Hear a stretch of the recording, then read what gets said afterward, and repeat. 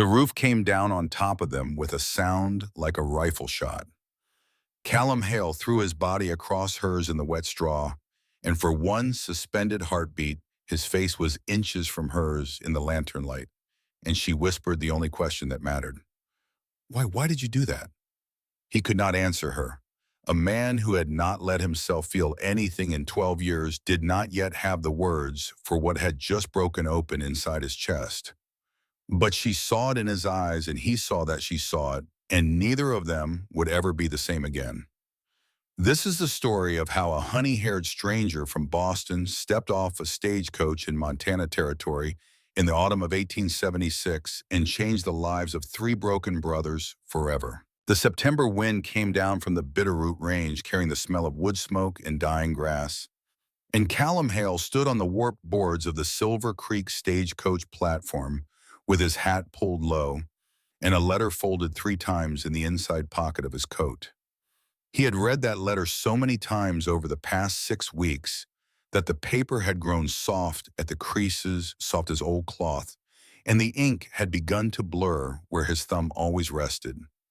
He did not need to read it again. He knew every word. He had written them himself in the kitchen of the house his father built, with Rhett leaning against the door frame and Silas sitting at the table pretending to whittle a piece of pine, but really listening to every stroke of the pen. Dear Miss, I am a rancher in Montana Territory. I have a house, 2 brothers, 400 head of cattle, and 100 acres of good grassland. I need a wife who can work, not a lady who needs waiting on. I will not lie about myself. I came home from the war with a bad leg and a worse temper. I have not laughed in 10 years. If this sounds like a life you can live, the stagecoach fare is enclosed. Callum Hale. He had told the woman at the Hartwell Matrimonial Agency in Boston exactly what he wanted. Plain, practical, quiet. 3 words. He had underlined them with the edge of a ruler so the ink would bleed through the page and the woman at the agency could not miss his meaning. He wanted a woman who could cook a pot of beans without burning them. A woman who could mend a torn shirt. A woman who would sit across from him at supper and say nothing at all, and nothing at all was exactly what he needed because for 10 years, nothing at all was all he could bear. The stagecoach came around the bend by the cottonwood at the edge of town. He heard it before he saw it. 4 horses, the jingle of the traces, the driver calling something to his team. Callum did not move. Beside him, Rhett shifted his weight from one boot to the other and adjusted the Winchester that hung across his back. On his other side, Silas, the youngest of them at 24, held a small bundle of yellow wildflowers he had picked on the ride down from the ridge. Callum had told him twice to throw the flowers away. Silas had not thrown them away. The stagecoach rolled to a stop in a cloud of pale dust. The driver climbed down. The door opened, and a woman stepped out into the afternoon light. Callum took one step back without meaning to. He felt it in his shoulders first, then in his chest, then in the hollow place behind his ribs where the old wound had never quite healed. He heard Rhett breathe out slowly beside him, and he heard Silas drop the yellow flowers onto the dust of the platform, and he understood in that single suspended heartbeat that something in his life had just broken open, and he did not know how to close it again. She was not plain. She was not practical in the way he had meant the word, and she was not quiet in the way her stillness announced her. Her hair was the color of honey in late summer, pinned up under a small traveling bonnet, but with loose strands fallen around her temples from the long ride. Her skin was fair pale as cream, and her eyes, when she lifted them to the 3 men on the platform, were the color of the cornflowers that grew wild along the upper creek in June. She wore a navy blue traveling dress that had once been fine and was now dusty at the hem, and at her throat she wore a small cameo brooch set in tarnished silver. She looked at Callum and she knew. He saw the knowledge pass across her face before she spoke a word. She had seen the way he stepped back. She had seen the way his mouth tightened. She had seen 22 years of polite disappointments in the faces of the men she had met in Boston, and she recognized the look of a man who was about to tell her she was not what he had wanted. She lifted her chin. Mr. Hale, she said, and her voice was steadier than her hands. I am Emmeline Whitfield. I have come a long way. Callum could not find his voice. The wind picked up the edge of her skirt, and she reached down to still it without looking away from him. Silas stepped forward and knelt and gathered the yellow wildflowers from the dust and held them out to her like a boy at church offering his coin to the plate. Welcome to Montana, ma'am, Silas said. I am Silas, the youngest. Do not let my brother scare you. He bites softer than he talks. Emmeline Whitfield took the flowers. She looked down at them for a long moment, these small, yellow flowers picked by a stranger on a mountain she had never seen. And then she looked back at Callum Hale and she smiled. It was a small smile, a tired smile, but it was a real one, and it was the first thing in 10 years that made Callum Hale feel something move inside his chest that was not grief and was not fear. In the inside pocket of his coat, opposite the folded letter, there was a second envelope. Inside that envelope was a return stagecoach ticket to Boston and $50 in paper money. He had prepared it 3 days ago. He had meant to give it to her before the sun went down. He had meant to put her back on the stagecoach that very afternoon with his apologies and his money and send her home to whatever she had come from. He did not give her the envelope. He would understand later, much later, that he had lost the ability to give her that envelope the instant Silas knelt in the dust and held out the yellow flowers, and she smiled a small, tired smile and took them. But in that moment, standing on the platform with the wind coming down off the Bitterroot Range, he only knew that his hand would not move toward his pocket and that his voice, when it finally came out of his throat, was rough and low and surprised him. Miss Whitfield, he said, the wagon is this way. 3 weeks earlier, she had stood in a small rented room above a dressmaker's shop on Hanover Street in the North End of Boston, counting everything she owned in the world, and everything she owned in the world had fit on top of a single narrow bed. $23 in paper money, one blue traveling dress carefully brushed, one cameo brooch that had belonged to her mother and that she had not been able to bring herself to sell even when the rent came due. A Bible with the front page torn out because her mother had written her name there, and Emiline could not bear to leave it in the hands of whoever took the rest of their things. A pair of black gloves with one small hole at the right thumb, a tin of pins and needles from the shop, and one newspaper clipping folded twice from the advertisement pages of the Boston Post. Wanted, honest woman 18 to 26 strong of body and spirit, willing to work a mountain homestead in Montana territory. Fair man, honorable intentions, marriage proposal included. Correspond with Hartwell Matrimonial Agency, Boston. Mrs. Morgan, the woman who had owned the dressmaker's shop below and who had given Emmeline work and a room for 7 years, had died on a Tuesday morning in August. A stroke. She was 61. She had no children, no husband, no heirs, and by the end of the week, the shop had been closed by her brother from Philadelphia, who wanted nothing to do with dresses or with the girls who had sewn them. Emmeline had been given 3 weeks' notice in a small envelope with the last of her wages and a letter of character that called her honest and skilled and quiet and hardworking, none of which words felt like enough to build a life on. She had gone to the Hartwell Matrimonial Agency because her mother used to say that when the road ahead disappears in the dark, a woman has to step forward anyway, because standing still is the only thing worse than walking blind. Mrs. Hartwell, a plump woman in a black dress with a kind mouth and shrewd eyes, had looked her up and down and had asked her 3 questions. Could she cook? Could she mend? Would she be afraid of a man with a quiet temper and hard hands? Emmeline had answered yes, yes, and no. Mrs. Hartwell had pulled a single envelope from a drawer and had slid it across the desk. This one came in 6 weeks ago, she said, from a place called Black Pine Ridge in Montana Territory. I have not sent it to anyone yet. I have a feeling about it. Read it. Emmeline had read it in the hackney carriage on the way back to the shop. She had read it again that night by the light of a single candle. She had read it 3 more times the next morning, And somewhere between the fourth reading and the fifth, she had begun to cry, and she did not know why. It was not the words themselves, it was the man behind the words. The cold honesty of him. The way he had written, "I have not laughed in 10 years," as if it were nothing, as if he expected a woman to read that and walk away, as if he believed he deserved nothing else. She remembered her grandmother's farm in Vermont, where she had lived for one summer when she was 9 years old before her father died of yellow fever and everything changed. She remembered the smell of hay in the morning. She remembered the sound of a rooster.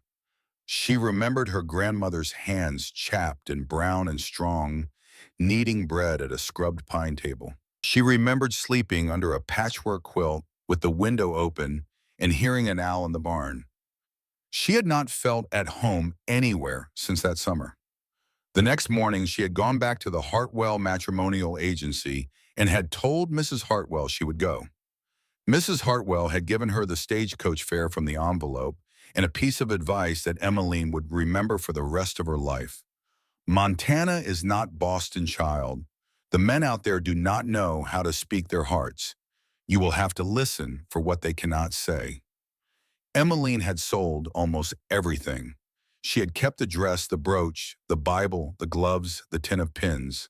She had kept the folded clipping from the Boston Post because she thought perhaps one day she might show it to the man who had written the letter, and together they might laugh at how strange life was. She had thought about that possibility on the stagecoach. For 9 days through St.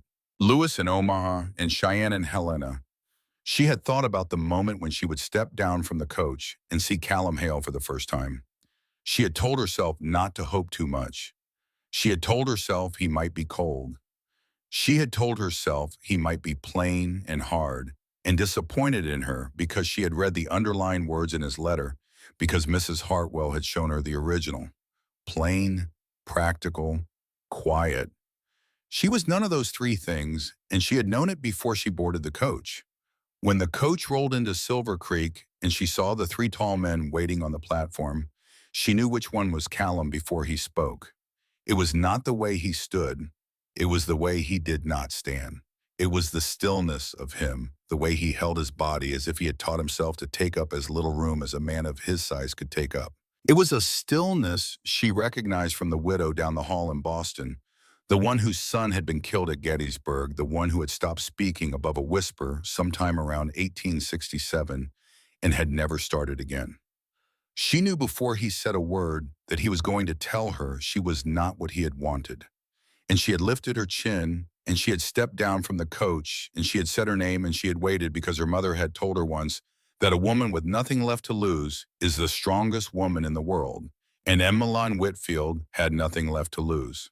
The wagon rode up to the Hale place, climbed out of Silver Creek along the eastern bank of Willow Creek, and then bent west into the timbered foothills of Black Pine Ridge. It was a 2-hour ride in good weather. Callum drove the team. Emiline sat on the bench between Silas and Rhett because Silas had insisted and Rhett had not argued. For the first mile, no one spoke. The road was rough. The wagon rattled. Emiline held the yellow flowers in her lap and watched the country go by. She had never seen mountains before. The photographs in the books at the Boston Public Library had not prepared her. Nothing could have prepared her. The Bitterroots rose on her left like the bones of the world, dark with timber along their lower slopes and stark gray where the timber gave out, and above the gray, the first dusting of early snow on the highest peaks. The sky over the mountains was a blue so deep it almost hurt to look at. An eagle crossed it high up, and she watched until the eagle was gone. Silas spoke first. He asked her about the journey. She told him about the long dust of the Nebraska plains and the way the stagecoach had lost a wheel outside Cheyenne, and how the passengers had eaten cold biscuits on the side of the road, while the driver cursed in French and German both. Silas laughed a quiet, surprised laugh, and Emiline realized he had a kind face, a young face. A face that had not yet learned how to hide things. Red asked her about Boston, not in a small talk way. He asked her what the city sounded like in the morning. He asked her if there were still street lamps on Hanover Street and whether the lamplighter still came at dusk. He asked her with the careful attention of a man who had once known the city and was afraid to hear how it had changed. Emmeline answered slowly, and somewhere in the telling, she saw the scar on the back of Rhett's right hand, a long white line from the knuckle almost to the wrist. "A mountain lion," he said when he saw her looking. 72. I was bringing in a heifer that had calved too late in the year. The lion wanted the calf more than it wanted me. I disagreed. She saw Callum glance back from the driver's seat at that. A quick look, then forward again. After a long silence, Emmeline did something she had not planned to do. She said it because the country was so big, and the silence was so wide, and because she had read his letter 5 times and she could not sit beside him without asking. "Mr. Hale," she said, "in your letter you wrote that you came home from the war with a bad leg. Which war?" The reins moved slightly in Callum's hands. For a moment, she thought he would not answer. "The wilderness," he said. The wind took the word and carried it down the valley. "May 64. I was 20 years old.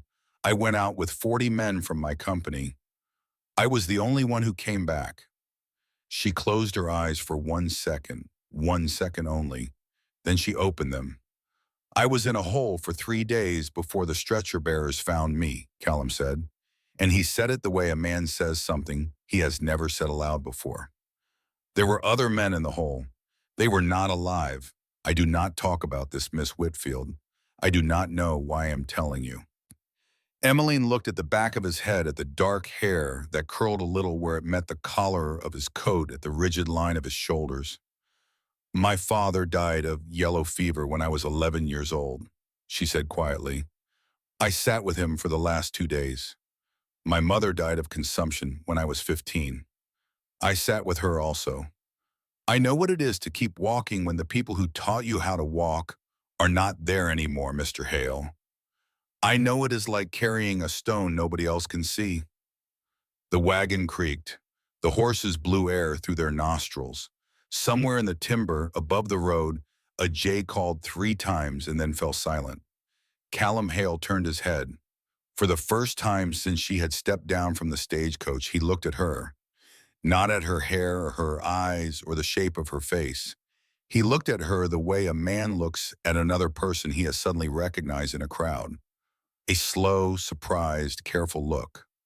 "Miss Whitfield," he said, "I am sorry about your folks." "Thank you, Mr. Hale. I am sorry about yours and about your company." He turned back to the reins. He did not speak again for the rest of the ride.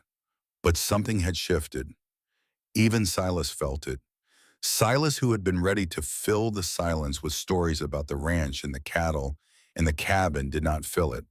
He let it stand. He looked down at the yellow flowers in Emmeline's lap and then out at the mountain, and he thought very quietly to himself, "So this is what it looks like when the world starts over." They crested the last ridge just before the sun reached the line of the mountains. Below them, cupped in a wide, shallow bowl of grassland and timber, lay Black Pine Ridge Ranch. Emmeline caught her breath. The main house was built of squared logs with a cedar shake roof and a chimney of round river stones. A covered porch ran the length of the front. Behind the house stood a barn larger than any barn she had ever seen. Its red paint faded almost to the color of old rust.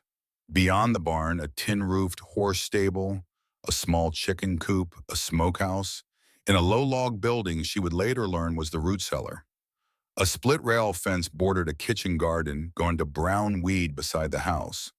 A stone well stood in the yard, and beyond all of it, rising behind the buildings like a great green shoulder, was the dark forested mass of Black Pine Ridge itself. "My father built the house in '59, Callum said without turning his head. "Squared the logs himself. The chimney took him 2 summers. The well took him 1 summer. The barn we did together, my father and me, the summer I was 15. That would have been '61, the year before I went off to the war." Emmeline heard the thing he did not say, which was that his father had not lived to see him come home, and she held the yellow flowers tighter. Inside the house, the kitchen smelled of wood smoke and cold iron, and a faint, stale smell of bacon grease that had lived too long in the pan. A cast iron stove stood against the back wall. A long pine table with 4 chairs, a spice shelf with 3 tins on it, 2 of them empty, a flour barrel in the corner with a 1/4 inch of flour in the bottom. Emmeline saw it all in one slow glance, and she understood that no woman had cooked in this kitchen in a very long time. Callum showed her the room where she would sleep. He opened the door and stood back to let her go in first. It was a small room at the back of the house. A narrow iron bed, a chest of drawers in walnut empty, a small dressing table with an oval mirror set in it, a washstand with a blue and white china basin and pitcher both dusty, a single window that looked east toward the rising sun. On the dressing table stood a daguerreotype in a pewter frame. Emmeline walked to it slowly and picked it up. The woman in the picture had dark hair, pulled back, simply a serious mouth, kind eyes, and a small, straight nose. She looked to be about 40 years old. She was not beautiful in the way Emmeline had been told since girlhood that beauty was measured, but she was beautiful in another way, in the way a clean window is beautiful, in the way a kept promise is beautiful. My mother, Callum said from the doorway, Sarah, she died 10 years ago. This was her room. Nobody has slept in here since. If it bothers you, I can put you in Silas's room and he can take the barn loft. Emmeline set the daguerreotype carefully back on the dressing table. Then she did something that surprised both of them. She spoke aloud to the woman in the picture. Mrs. Hale, she said, I am Emiline. I'm going to try very hard to be worthy of your room. She felt Callum go very still behind her. She did not turn around. She heard him clear his throat once, a rough sound, and then she heard him say, I will bring your trunk in Miss Whitfield. And then she heard his boots go back down the hall. She stood in the small room for a long moment with the last of the September sun coming through the east window, and she put her hand over her mouth, and she did not cry because she had promised herself in the stagecoach that she would not cry in front of any of them on the first day. But she almost did. She did not rest. She washed her face and her hands in the dusty basin with cold water from the pitcher, and then she walked back to the kitchen and she rolled up the sleeves of her navy blue dress and she went to work. In the flour barrel, she found enough flour for biscuits. In the smokehouse, she found a hook of bacon that was only just past its best. In a small crockery jar on a high shelf, she found 3 dried chili peppers and a handful of dried beans. She put the beans to soak in a kettle of water. She built up the fire in the stove with kindling from the bin beside it, striking a match from a tin box she had carried in her own traveling bag because she had not known what she would find. The first match caught. The stove began to tick and pop as the iron heated. 40 minutes later, the kitchen smelled of fresh biscuits and frying bacon. The 3 brothers came in one by one, drawn by the smell as if by a rope. Silas came first. He stopped in the doorway and said nothing. Rhett came next and leaned against the doorframe with his arms crossed and an expression on his face that she could not read. Callum came last. He had washed his face and hands in the horse trough and his hair was damp. He took off his hat and hung it on the peg by the door, and he stood and he looked at the table she had set with 4 tin plates and 4 tin cups and a small jar of honey she had found in the back of the cupboard. Sit down, Emiline said quietly, please. They sat. She served them. Bacon. Biscuits split and spread with butter from the crock in the root cellar and honey from the jar. Beans that had only had an hour to cook and were therefore still a little firm, but seasoned with bacon grease and salt, and one of the dried chilies crumbled fine. Coffee from the beans she had found in a tin labeled in her mother-in-law's handwriting, Coffee 1866, which meant that the coffee beans had been sitting in that tin for 10 years, and she had made the coffee anyway because it was what she had. Silas took one bite of biscuit and closed his eyes. Callum, he said with his eyes still closed, if you send her back to Boston, I will not forgive you. I will not forgive you for the rest of my natural life. Rhett laughed, an actual laugh, a short, rough laugh, the laugh of a man who had forgotten the sound of his own laughter and had just remembered it. First time in 10 years this house smells like bread, he said. I did not know I missed it until right now. Callum said nothing. He ate. He ate slowly and methodically, and he cleaned his plate. Emmeline watched him out of the corner of her eye as she ate her own small portion, and she saw him finish his biscuit and reach for a second one. And she knew from the way Silas and Rhett both froze for half a second that Callum had not taken a second helping of anything in a very long time. After supper, Callum stood up. He did not look at her. He reached into the inside pocket of his coat, which was still hanging on the peg by the door, and he took out the envelope. She had not yet known about the envelope with the return stagecoach ticket to Boston and the $50, and he laid it on the pine table between them. "Miss Whitfield," he said, "I owe you the truth. This envelope has been in my coat for 3 days. I had it ready before you stepped down off the stagecoach this afternoon. It is a return ticket and $50. I was going to give it to you today. I was going to send you home." Silas opened his mouth. Rhett put a hand on his arm and Silas closed his mouth. "I am not going to give it to you now," Callum said. "I am going to propose a thing instead. Call it an arrangement. I do not want you to agree to anything you have not had time to consider, and I do not want you to feel you owe me anything because of the fare or because you came all this way. So here is what I propose." Emmeline folded her hands in her lap under the table and she waited. "Stay with us through the winter," Callum said, "from now until the first wagon can get down the mountain in the spring. That is the arrangement. You will have my mother's room. There will be no obligation between us beyond the work of the house and the ranch. You will be safe here. You have my word on that and the word of both my brothers. In the spring, if you want to go back to Boston, I will pay your fare, and I will give you $100 on top of it for your trouble. And if you want to stay, we will talk then about what staying means. Not before. I will not ask you to decide anything tonight except whether the arrangement itself is acceptable to you." He was not finished. He swallowed once. "One more thing," he said. "I will sleep in the barn loft this winter. For the sake of your good name and your good conscience, I would not have it said in Silver Creek that Callum Hale took a woman under his roof and did not honor her." The room went very quiet. Emmeline Whitfield looked at the envelope on the pine table.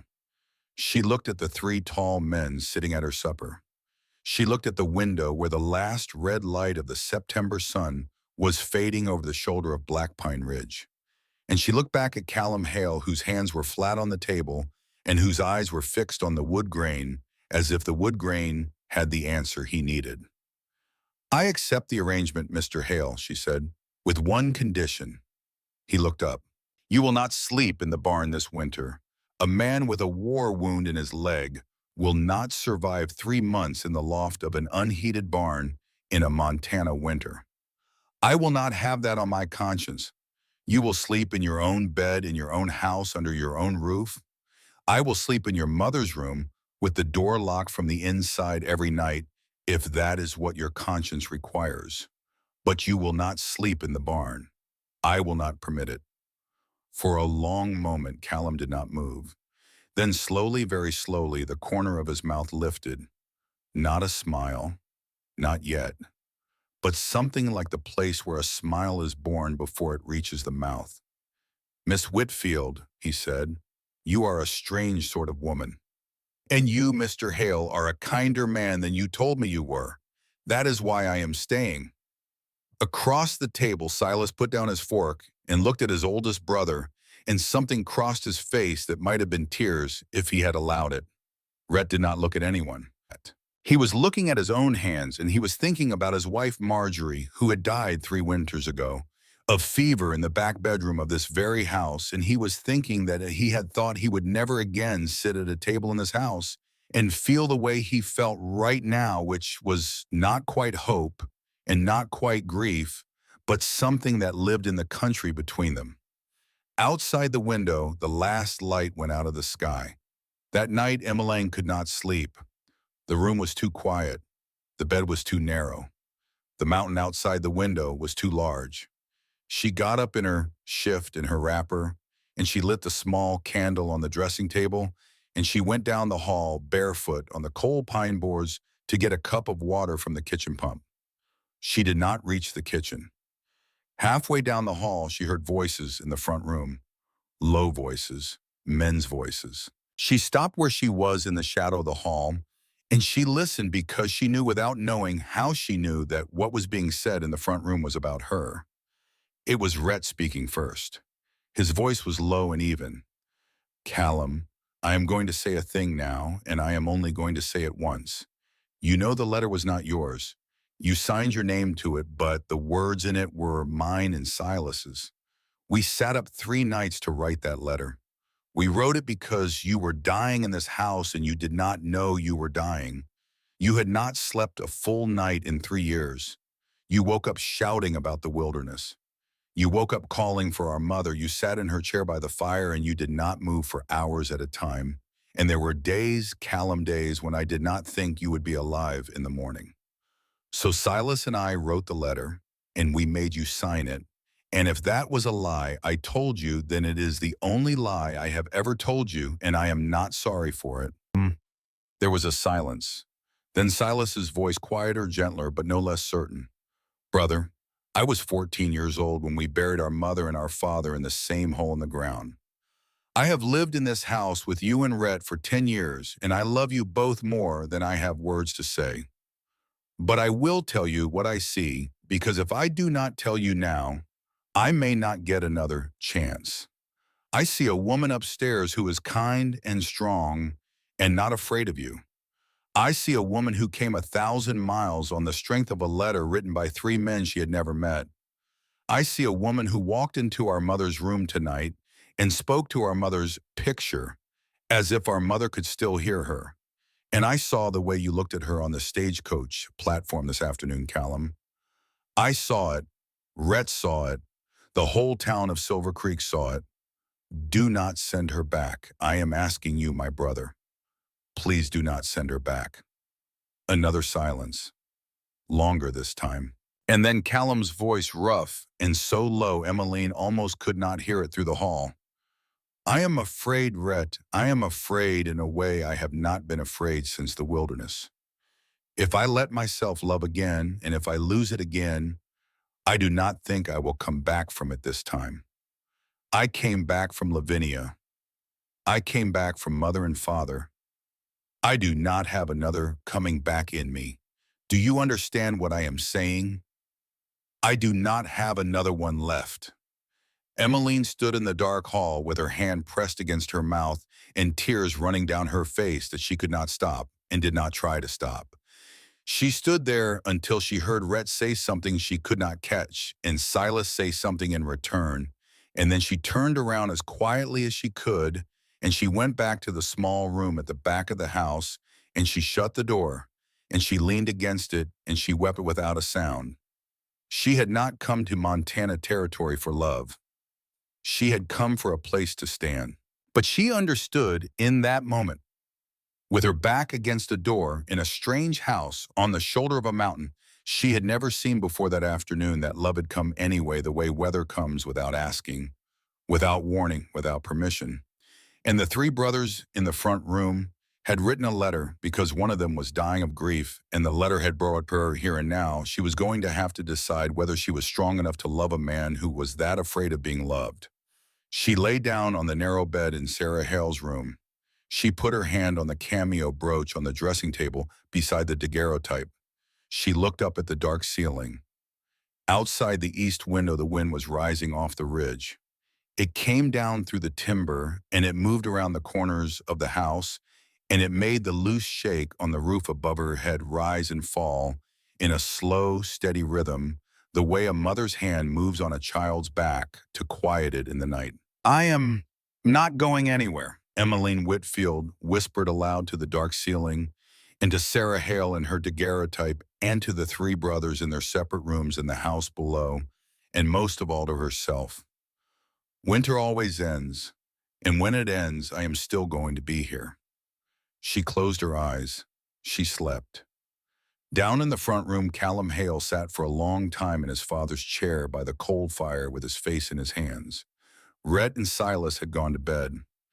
He was alone with the dying coals and the wind outside and the envelope on the kitchen table that he had not been able to give here. He thought about the moment on the platform when she had stepped down from the stagecoach.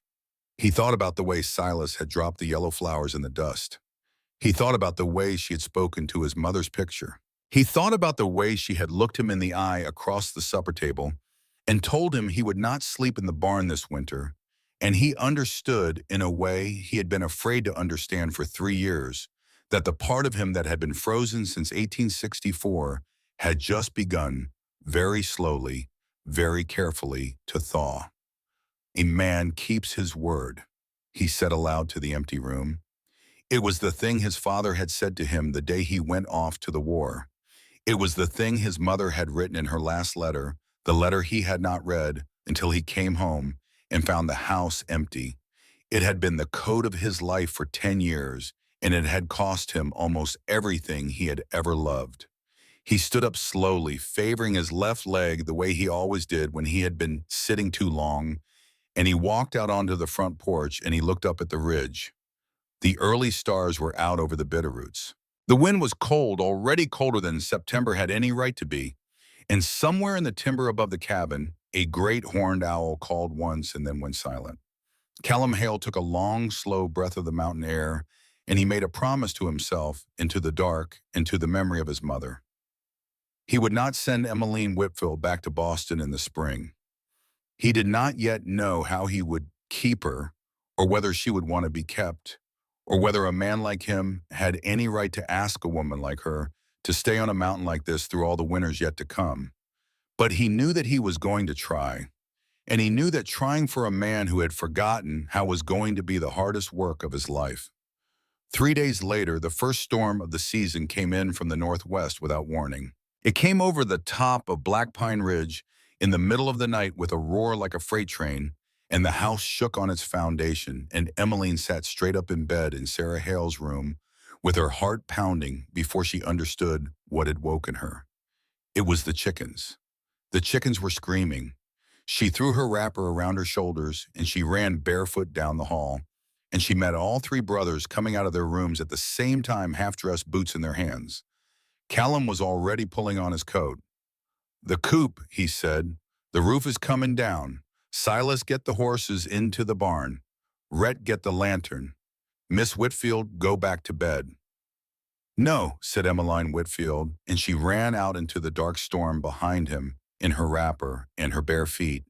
And what happened in the next 7 minutes would not leave her memory for the rest of her long life. The rain was not rain.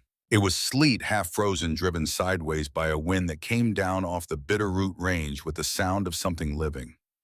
Emiline felt it strike her face like handfuls of cold gravel before she had gone 3 steps off the porch. Her wrapper was soaked through in the first 10 seconds. Her bare feet went numb on the wet grass. She did not stop. Ahead of her in the dark, she could see the yellow bob of Rhett's lantern and the broad, moving shadow of Callum running ahead of it toward the chicken coop. And behind her, she heard Silas yelling to the horses in the barn, his voice high and sharp the way a boy's voice gets when the boy is trying to be a man. The coop was a low log building behind the smokehouse. Sarah Hale had built it with her own hands the year Silas was born, and the shake roof had been patched 3 times since then, and now the north wind had gotten under the edge of the shakes and was lifting them one by one like cards off a deck. 2 of the heavy pine rafters had already split. The north wall was bowing inward. Inside the coop, 23 hens and 1 old rooster were shrieking in a pitch Emiline had never heard a living creature make. Callum reached the coop first. He did not stop to look. He ducked through the low door and caught a falling rafter on his left shoulder and held it up with the raw strength of a man who had split 4 cords of wood that morning and had been splitting 4 cords a morning for 10 years. "Rhett," he shouted over the wind, "2 more boards from the wood pile. The long ones, now." Rhett ran. Emiline ducked through the door behind Callum. Inside the coop, it smelled of feathers and panic and wet straw. The lantern light threw wild shadows on the log walls. The hens were climbing over one another in the corner, a living drift of brown and red feathers. Callum was holding the rafter one-handed now, his boots braced wide apart in the muck, and she could see by the lantern light that the veins stood out on the side of his neck from the effort. "Get them out," he said to her through his teeth. "Any of them you can catch. Out the door. The barn. Go." She went. She had never caught a chicken in her life. She had sewn dresses in Boston for 7 years, and before that she had sat with a dying mother, and before that she had kept her father's books for him at the chandler's shop on Milk Street where he had worked after they left Vermont. She knew nothing about chickens.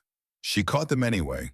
She caught them by the feet the way her grandmother had done in Vermont when Emiline was 9 years old, a memory she had not known she still had until her hands found it on their own. She grabbed two at a time, one in each fist, and she ran them out into the storm and across the yard to the barn where Silas had thrown open the big doors and was waving the lantern to guide her in. She ran back. She caught two more. She ran them to the barn. She ran back. On her fourth trip, she saw what happened. Rhett came running up from the wood pile with two long pine boards over his shoulder, and Callum shouted something she could not hear over the wind, and Rhett threw one board forward. Callum caught it one-handed. He tried to wedge it under the felling rafter. And that was the moment the second rafter, the one behind him, the one he had not been watching, made a sound like a rifle shot and snapped clean in half. The whole north end of the coop roof came down in one slow, terrible piece. Emiline was inside the coop. She had just grabbed the last two hens from the corner. She saw it coming in the lantern light, a wall of split pine and heavy shakes falling toward her, and she did not have time to move. Callum saw it at the same instant. He dropped the board in his hands. He lunged across the coop in one step. He hit her body with his shoulder, and they went down together into the wet straw in the chicken muck with his body between her and the falling roof. And the roof came down across his back and pinned him there. And for one long suspended second, she could not see anything and could not hear anything except the wind outside and the beating of her own heart in her ears and the ragged sound of his breathing half an inch from her face. "Callum," she whispered. He did not move. "Callum Hale." His breath came out hot against her wet hair, and he said slowly, every word a whole separate sentence. "I am not hurt. Do not move yet." She did not move. She could not have moved if she had wanted to, because the weight of the roof was on his back, and his body was pressing her down into the straw, and the lantern had tipped over somewhere, and the light in the coop was now only the yellow flicker from its fallen pool on the floor 6 feet away, casting shadows across the lower half of his face. His face was inches from hers. She could see the small scar at the edge of his left eyebrow where a rifle butt had caught him once, a long time ago, in a place he did not talk about. She could see the 2-day stubble on his jaw. She could see the way his eyes in the lantern shadow were not the color of whiskey now, but the color of dark honey, and she could see that he was looking at her mouth and then at her eyes and then at her mouth again. The way a man looks at something he has been told all his life he is not allowed to want. "Why," she whispered, "why did you do that?" He did not answer her. He could not answer her. "I have you, Miss Whitfield," he said finally very low. "I have you. Be still. Red is coming." She did not move. Red and Silas lifted the fallen section of roof off Callum's back together, and Callum rolled away from her into the mud and then pushed himself to his knees and then to his feet, favoring the left leg he always favored, and he reached down with his right hand and pulled Emiline up out of the straw in one clean motion as if she weighed nothing at all. She came up against his chest, and for a half a second, his arm was around her shoulders, and then he let her go, and he stepped back, and he would not look at her. "The last two hens," he said roughly, "in the barn, everybody, now." They ran. By first light, the storm had blown itself out down the valley, and the sky over Black Pine Ridge was the washed pale blue that follows a bad night. Emiline stood at the kitchen window in a dry dress with her hair braided tight against her scalp, and her hands wrapped around a tin cup of scalding coffee. Out in the yard, the three brothers were surveying the wreckage of the coop in the thin morning light. She watched Callum. He was walking the north wall, slowly pointing at things, and Silas was following him with a piece of charcoal coal and a scrap of pine board making notes, and Rhett was standing with his arms folded and his hat pushed back on his head, listening. Callum had not spoken to her at breakfast. He had come in from the barn at 5:30 in a clean dry shirt, his hair wet from the horse trough, and he had sat down at the table, and he had eaten the bacon and the cornbread she had put in front of him, and he had said thank you in a voice so low she almost could not hear it, and then he had gone back outside. He had not looked at her. Silas had looked at her. Silas had looked at her with an expression that was halfway between amazement and sorrow. The look of a boy who had just seen his older brother do something he had been afraid his older brother was no longer capable of doing.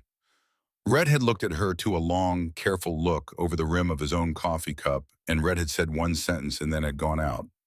"He is going to be harder now, Miss Whitfield, before he is easier. Try not to take it personally." She sipped her coffee and watched the three of them in the yard, and she tried very hard not to take it personally. She understood. Her mother had been the same way about dying. Her mother had been terrified of dying right up until the last week, and then her mother had become very quiet and very kind and very present, because by then there was no distance left to put between herself and the thing she was afraid of, and so she had turned around and faced it. Emiline set down her coffee cup. She rolled up her sleeves. She went outside. "Mr. Hale," she said. Callum turned. "I would like to learn how to rebuild a chicken coop. Show me what needs to be done." He looked at her for a long second. Then he looked at Silas. Silas was suddenly very interested in his charcoal scrap. Then he looked at Rhett. Rhett was suddenly very interested in a distant point on the southern horizon. "It is heavy work," Callum said. "I'm aware. It is cold work. I'm aware of that also." A muscle moved in his jaw. Then he nodded once, a short, hard nod, and he bent down and picked up a length of rope and handed her one end of it. "Hold this." She held it. They worked through the morning. Rhett rode down to the mill at Silver Creek for new shakes and new rafters. Callum and Silas tore down what was left of the old coop walls, stacking the salvageable logs for reuse. Emiline hauled the fallen shakes to the burn pile, one armload at a time. Her dress was mud to the knees. Her hands were splinter-scraped in 4 places by mid-morning. She did not stop.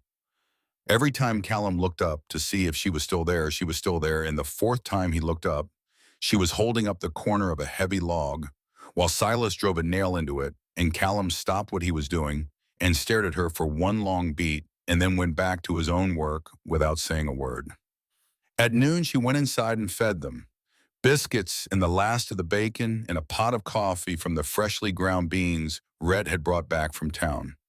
They ate standing up in the yard because there was too much work to stop.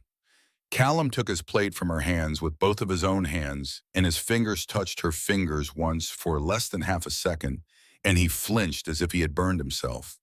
She saw Silas see it. Silas put down his biscuit and walked 20 feet away from the coop and stood looking at the ridgeline with his back to all of them, and she could see by the set of his shoulders that Silas was trying very hard not to smile, because Silas understood what it meant that his older brother could not touch this woman's hand without flinching. 2 weeks passed. The new coop stood finished by the end of the first week, better built than the old one, with a steeper roof pitch to shed the coming snow. By the end of the second week, Emiline had planted garlic bulbs in the ruined kitchen garden and had organized Sarah Hale's old root cellar and had mended every torn shirt in the house and had begun teaching Silas a card game she had learned from a Welsh seamstress in Boston, a game called All Fours. Silas was terrible at all fours. Silas did not mind being terrible at all fours. Silas would have sat across a table from Emiline Whitfield and lost at tiddlywinks every night for the rest of his life if she had asked him to. Red had begun to talk at supper. Not long speeches, just small things. The weather, the track of a mule deer he had seen up on the north slope, a joke about the town blacksmith's wife. It was not much, but it was more than he had said in the previous 3 months put together, and Callum noticed, and Callum did not know how to feel about it. Callum himself was becoming harder the way Red had predicted. He worked from dawn until full dark. He took the most dangerous jobs himself. He took the longest rides himself. He avoided being in a room alone with Emiline.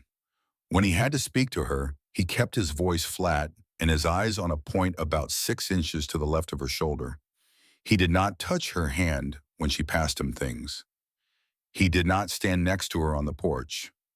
Emmeline watched all of it and said nothing. She cooked his breakfast and set it in front of him and did not ask him how he had slept. She laundered his shirts and folded them and left them on the chair outside his bedroom door and did not knock. She knelt in the dirt of the kitchen garden and planted garlic for a spring he might or might not let her see.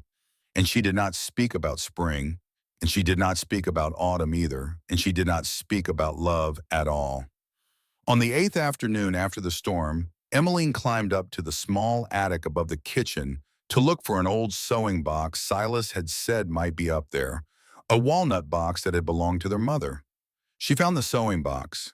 She also found wrapped in oilcloth inside the bottom drawer of a broken chest of drawers that had been pushed against the far wall, a small leather-bound journal with the name Sarah Hale written on the inside cover in careful school teacher handwriting. Emmeline sat down on the dusty attic floor in the slanted light from the gable window, and she opened the journal.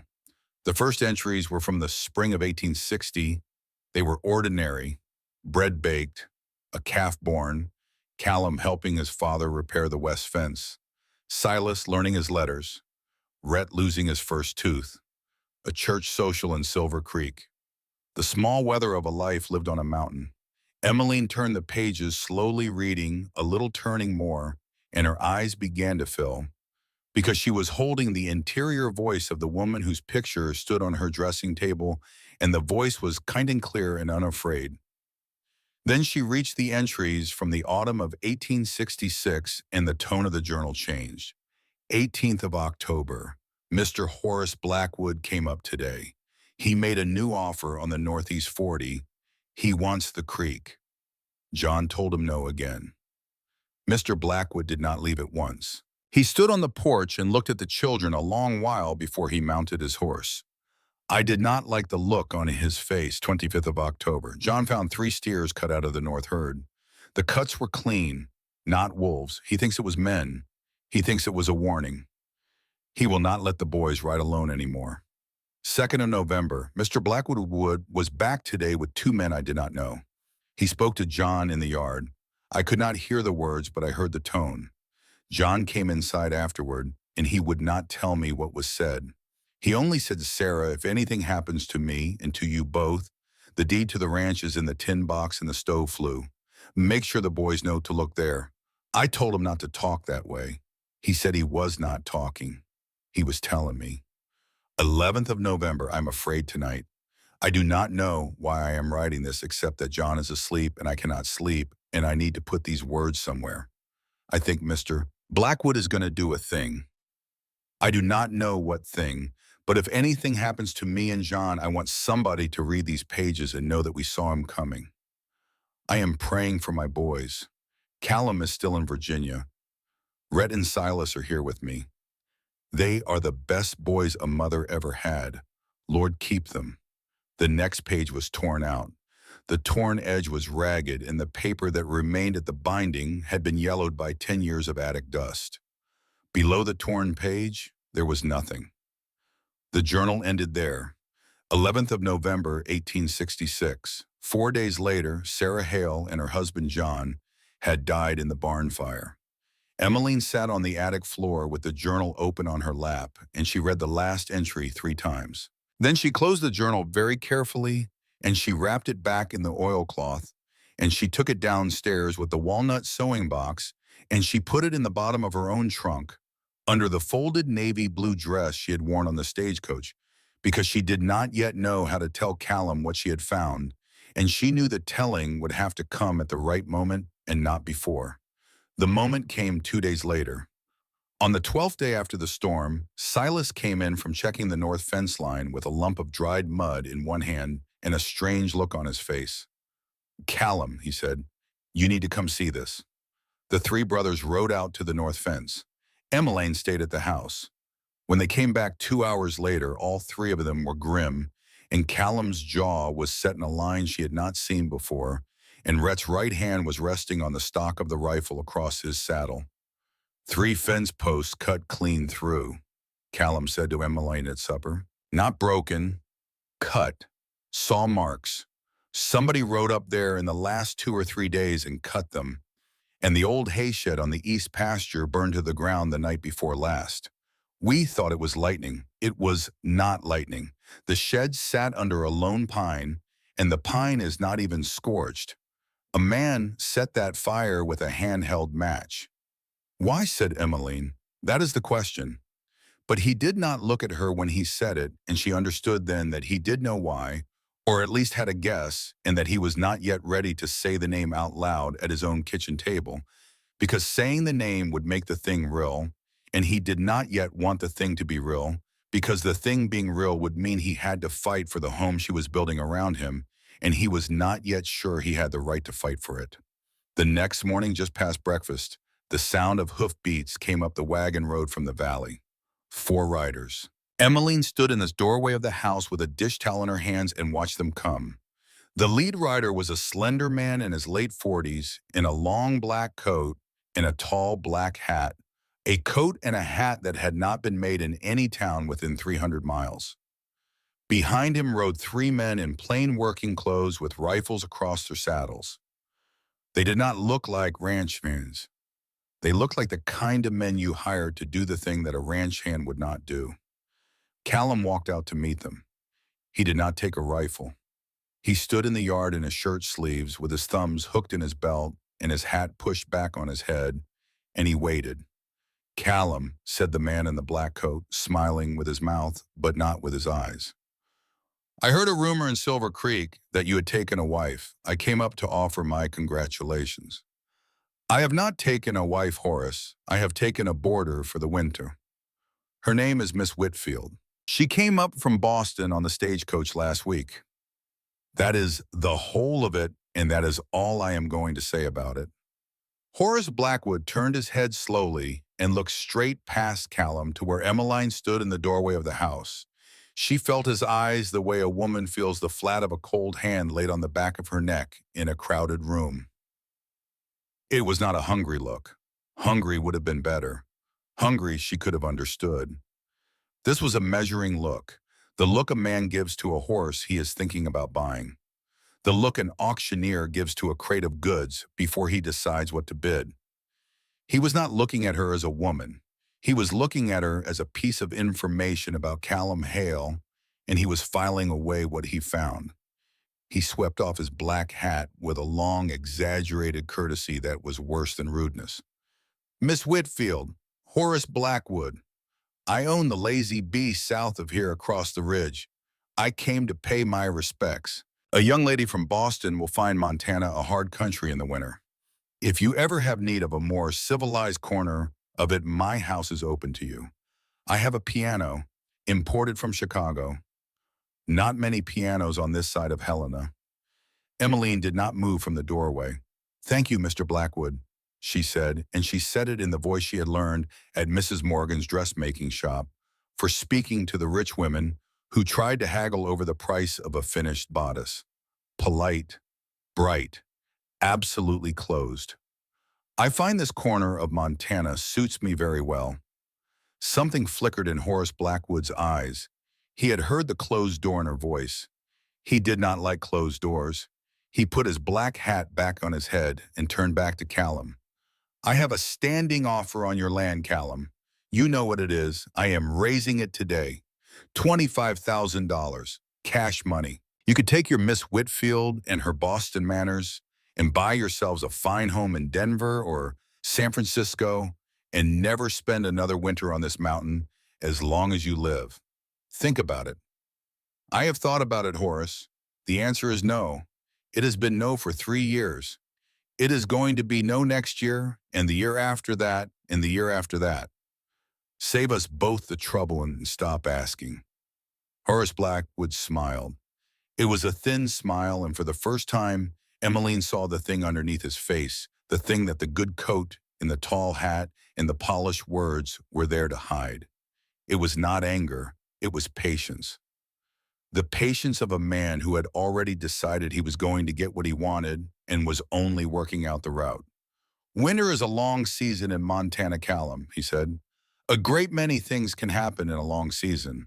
I will be in touch. He turned his horse and rode away, and the three riflemen turned their horses and rode after him. And Emiline stood in the doorway with the dish towel in her hands and watched them go, and she understood the way a woman sometimes understands a thing without being told that Horace Blackwood had come up the mountain that morning for one reason and one reason only. He had come to see whether she mattered. He had come to see whether she was the weakness that would let him finally take the land. That night at supper, nobody spoke for a long time.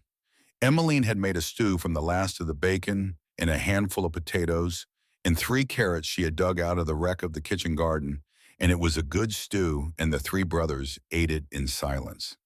Finally, Rhett laid down his spoon. He was not up here to buy the ranch, Callum. You know that. I know. He was up here to see her. Callum did not look at Emiline. Emiline did not look at anyone. She kept her eyes on her own bowl, and she listened the way Mrs. Hartwell had told her to listen. I know, Callum said again. I know, Rhett. You know what is coming. I know. Silas set down his spoon then too, and he spoke in the quiet, careful voice he used when he was about to say something he had been working out in his head for a long time. Callum, there is a thing I have been thinking about since the morning after Mother and Father died. I was 14 years old. I did not say it then, and I did not say it the year after, and I did not say it the year after that. But I am going to say it now because I think it matters. The fire in the barn that killed them.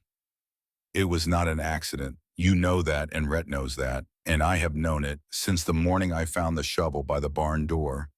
That father never left outside overnight in his life, not once, not ever, and the door itself half unlatched, in a way he would never have left it. Father was a careful man, Callum. Mother was more careful. They did not die of an accident. Somebody burned that barn. And the only person in this valley who had a reason to want them gone was sitting on a horse in our yard this morning. The kitchen was very quiet. Emiline looked up slowly from her bowl. Callum had gone the color of old ashes. His right hand was flat on the table and his knuckles were white. Silas, he said, and his voice was not quite steady. Why are you telling me this now? Because of her, because she is here, because Horace Blackwood just rode up our road and looked at her the way he looked at Mother's kitchen the last time he came up here alive, which was the week before the fire. Because whatever I was waiting to say, brother, I cannot wait anymore. He killed our parents, Callum. I have known it for 10 years. I did not tell you because you were in no shape to hear it. I could not have told Rhett because Rhett would have ridden down that mountain the next morning and put a bullet in Horace Blackwood's chest and been hanged in Helena before sundown. So I kept it in. I kept it in for 10 years. I am taking it out now because I am watching you start to come back to life, and I am not going to stand here and let that man take it away from you the way he took away our mother and father. Emiline stood up from her place at the table. She walked out of the kitchen without a word and went down the hall to her room and opened her trunk and took out the oilcloth package and came back and laid it on the pine table between the 3 brothers. Silas, she said, I think you should read this before we say anything else. I found it in the attic 4 days ago. I did not know how to tell you. She unwrapped the oilcloth and set the leather-bound journal on the table. It is your mother's. The last entry is from the 11th of November, 1866, 4 days before the barn. Rhett made a small sound in his throat. Silas put one hand flat on the cover of the journal and did not move for a long time. Callum stared at it as if it were an animal that might bite him. Read the October and November entries aloud, Silas, Emiline said softly. Read them so your brothers hear your mother's voice saying them. Silas opened the journal with hands that were not quite steady. He read the entry about Horace Blackwood's offer on the Northeast 40. He read the entry about the 3 steers cut out of the North herd. He read the entry about Blackwood coming back with 2 men and about what John Hale had told Sarah that night and about the deed to the ranch hidden in a tin box up inside the stove flue. He read the last entry, the one from 11th of November, the one that ended with, "I am praying for my boys." When he finished, nobody spoke for a long time. Callum stood up from his chair. He walked to the stove. He opened the iron door at the top of the flue, the small hinged door that covered the cleanout, and he reached up inside with his hand. A flat tin box the size of a family Bible came out in his hand, gray, with 10 years of soot and sealed with a strip of leather around its middle. He set it on the table next to the journal. He opened it.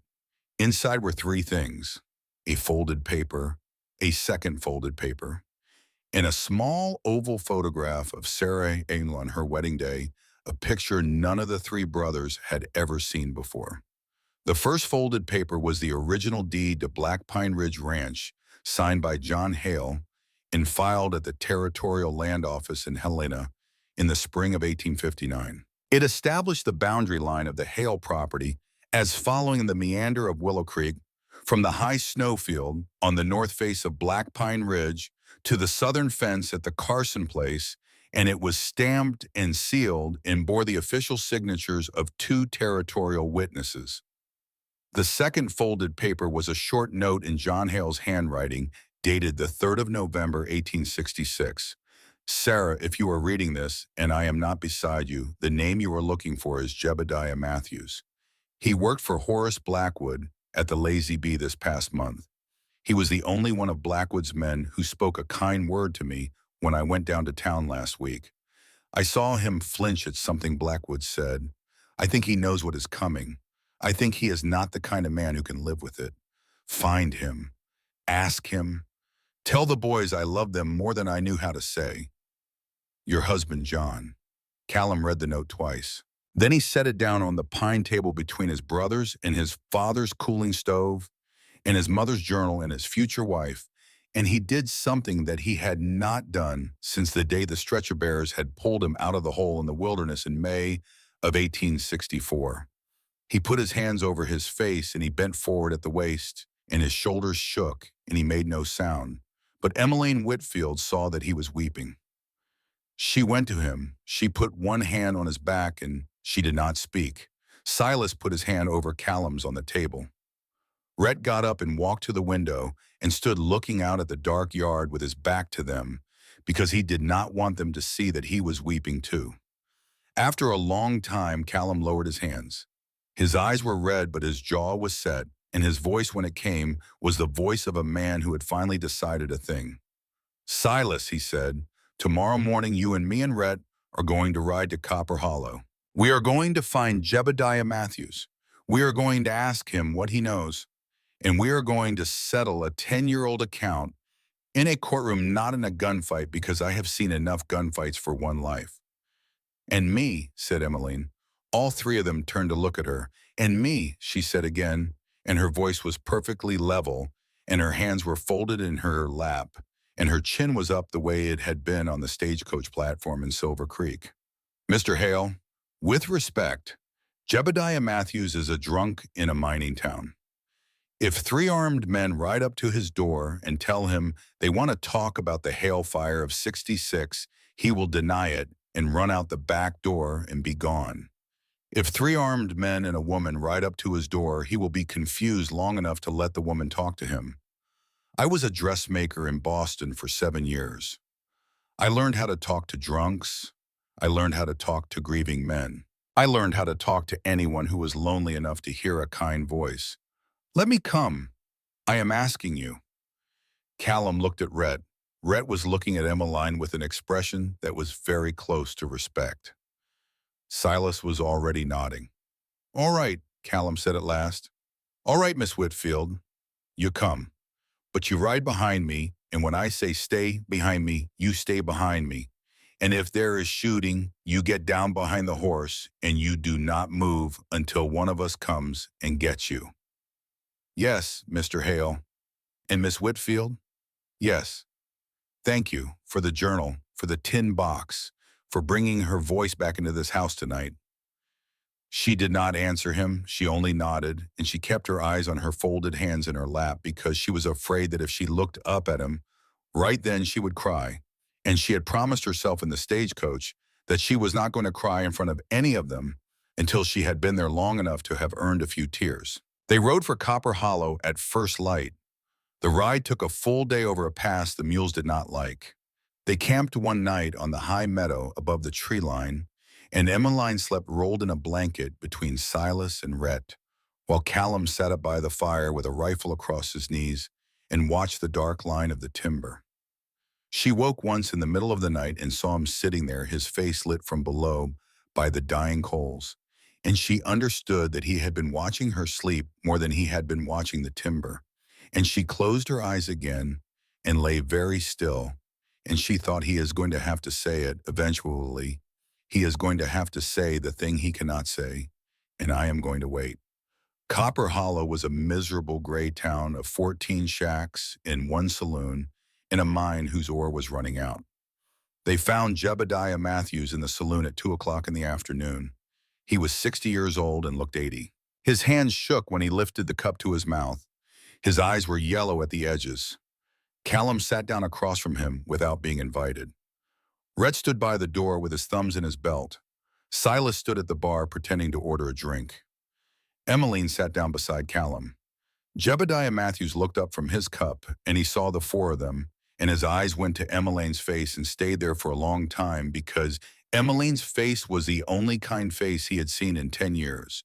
And then his eyes went to Callum's face, and something in Jebediah Matthews broke open right there at the sticky table in the Copper Hollow saloon. "You are John Hale's boy," he whispered, "the oldest one. You look just like him. Jesus, God in heaven, you look just like him." "Mr. Matthews," said Emiline very gently, leaning forward across the table, "we have come a long way to ask you about a night in November of 1866. Will you talk to us? Please. Nobody here is going to hurt you. I promise you on my mother's memory, nobody here is going to hurt you. We only want the truth." Jebediah Matthews set his cup down on the sticky table with a hand that was shaking so hard the cup rattled against the wood. He looked at Emiline. He looked at Callum. He looked back at Emiline as if she were an angel who had been sent to let him say the thing he had been carrying inside his chest for 10 years. Then he began to cry. "I have been waiting," he said. "I have been waiting for 10 years for somebody to come and ask me. I have been drinking because nobody ever came. I am going to tell you everything, miss. Everything, and God have mercy on my soul for the part I played in it." He held Emmeline's hand across the sticky table, and he began to talk, and what he said came out of him the way water comes out of a cracked jar, slowly at first, and then faster, and then all at once. He had been 49 years old in the autumn of 1866. He had come to Montana Territory from Illinois after the war with a bad back and a dead wife and no money and no prospects, and he had gone to work for Horace Blackwood at the Lazy Bee because Horace Blackwood was the only man in the valley hiring in October. Blackwood had paid him $1.50 a day to mend fence and cut timber and dig post holes, which was good wages for a man with no skills, and Jebediah had been grateful for the work. He had not been grateful for long. In the first week of November of that year, Blackwood had called him and two other men into the back room of the Lazy Bee ranch house. The two other men had been a pair of brothers named Coyle, who had drifted into the valley the month before. Blackwood had given each of the three of them $20 in gold and a jar of coal oil, and a story about how John Hale up on Black Pine Ridge had been stealing Lazy Bee calves, and how the honest thing and the legal thing and the Christian thing was to frighten John Hale into selling his land so that nobody would have to get hurt. "He told us the Hales would be in Silver Creek that night, Mr. Hale," Jebediah said, looking at Callum across the table with tears running down the sides of his face. "He told us the house would be empty. He told us to burn the barn, not the house. He said burn the barn so the man loses his hay and his tack and his winter feed, and he will sell by Christmas. He said no one will be hurt. He said it 3 times. No one will be hurt. No one will be hurt. No one will be hurt." Callum sat perfectly still. His face was the color of old iron. "Your mother was home that night," Jebediah whispered. "She had a fever. She had told your father in the morning that she was too sick to ride down to town. Your father had gone alone in the morning to the mill, and he came back at sundown because he was worried about her. And when he came back, he went into the barn to get the brown bottle of camphor off the high shelf where she kept her medicines because she had told him where to find it. I saw him go into the barn, and I thought that man is not supposed to be here. That man is supposed to be in Silver Creek. And I opened my mouth to yell to the Coyle brothers to stop, and I was too late. I was half a second too late. The match was already in the straw. He made a small sound in his throat and looked down at the table. Your mother came running out of the house when she saw the flames. She was in her nightgown. She ran to the barn because she thought he was in there, and she was right. He was in there, and I tried to grab her and stop her, and she hit me with both hands as hard as a sick woman could hit, and she got past me, and she went in after him, and the roof beam came down. Mr. Hale, the roof beam came down inside the barn, and I heard her call his name one time, and then the fire was too loud to hear anything. The Coyle brothers ran. I did not run. I stood in your yard, and I watched the barn burn down with your mother and your father inside it, and I have stood in that yard every night of my life since. Every night. For 10 years. Silas had walked over from the bar at some point while Jebediah was speaking. He was standing now just behind Callum's chair with one hand on the back of it. Rhett was still by the door, but he had taken off his hat and was holding it against his chest the way a man holds his hat at a grave. Emiline had not let go of Jebediah's hand. She squeezed it now once very gently. Mr. Matthews, you said Horace Blackwood gave you $20.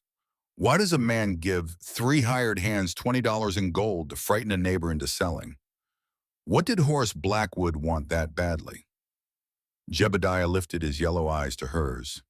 Miss, the land. The land is what he wanted, but it was not about the grass, and it was not about the cattle. It was about the water. The creek. Willow Creek runs out of the north face of Black Pine Ridge, and it crosses the northeast corner of the Hale place before it turns south and crosses the Lazy Bee. Without Willow Creek, Mr. Blackwood's herd has no summer water. Without Willow Creek, the Lazy Bee is worth half of what it is worth with it. I heard him say once, I will have that land if I have to wait 20 years for it. He reached with his free hand into the inside pocket of his filthy coat, and he drew out a small, flat package wrapped in oilcloth and tied with twine. This is what I have. This is what I kept. I was afraid to give it to anybody because I thought if Blackwood found out I had it, he would kill me, and I thought if I gave it to the sheriff might be in Blackwood's pocket, and I did not know what to do with it, so I just kept it. For 10 years I kept it. He slid the package across the table to Callum. The 2 bills of sale, Mr. Hale. The ones Blackwood filed on the Carson place over the ridge in '67, he bought the Carson place from a woman named Prudence Carson, or so the deeds say. I was in the Lazy Bee kitchen the night he wrote them out. Prudence Carson was the widow of William Carson, who had died of pneumonia that spring. Blackwood had sent a man to her in Billings with the papers. She had sent the papers back unsigned in a letter telling him she was not selling. I saw the letter come in. I saw Blackwood read the letter. I saw him burn it in the stove. And I saw him sit down at the kitchen table 3 nights later with a blank set of papers and a pen and copy her signature from an old note she had once written to his wife about a church fair. I saw him do it with my own eyes. Those papers in the oilcloth, Mr. Hale. Those are the forgeries. I switched the packet in his saddlebag the morning he rode to file them. I put blank papers in the packet, and I kept the real ones. Callum did not move for a long time. Then very slowly he unwrapped the oilcloth. Inside was a flat bundle of yellowed papers. The signature at the bottom of the top one read, Prudence A. Carson in a careful looping hand. Mr. Matthews, is Prudence Carson still alive? Last I heard, miss. Last I heard she was living with her sister in Billings. She would be near 65 now. She has no idea Horace Blackwood claims to own her husband's land. Then somebody is going to tell her, said Emiline. This week. They rode back over the pass the next day and stopped at the telegraph office in Silver Creek. And Callum sent a long wire to Prudence Carson in Billings, telling her in plain words what Horace Blackwood had done to her husband's land 10 years ago, and asking her if she would come to Helena to testify to the forgery in person. Jebediah Matthews came up to Black Pine Ridge with them. Emiline had not asked him to. Callum had not asked him to.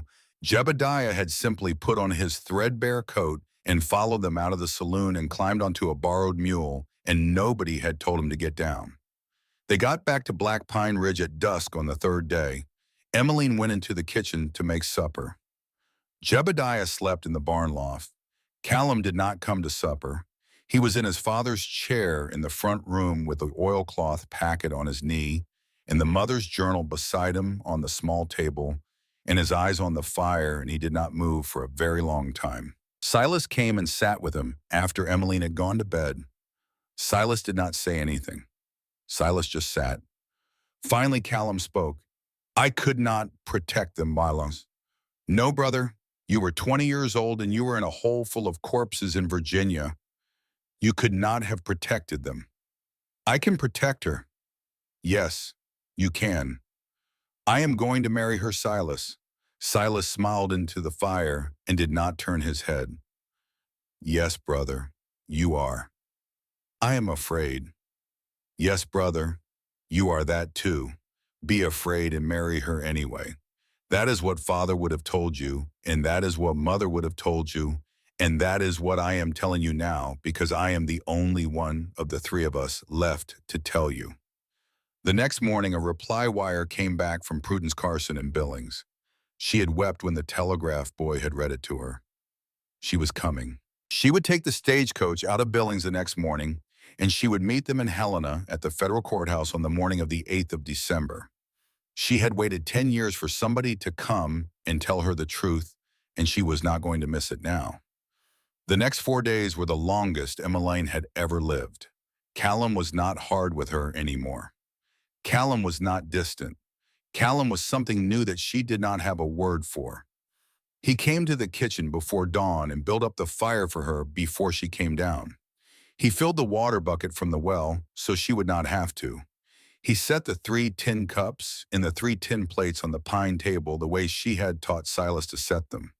When she came down the hall in the morning and saw him doing these things, he did not look up and did not speak and did not stop.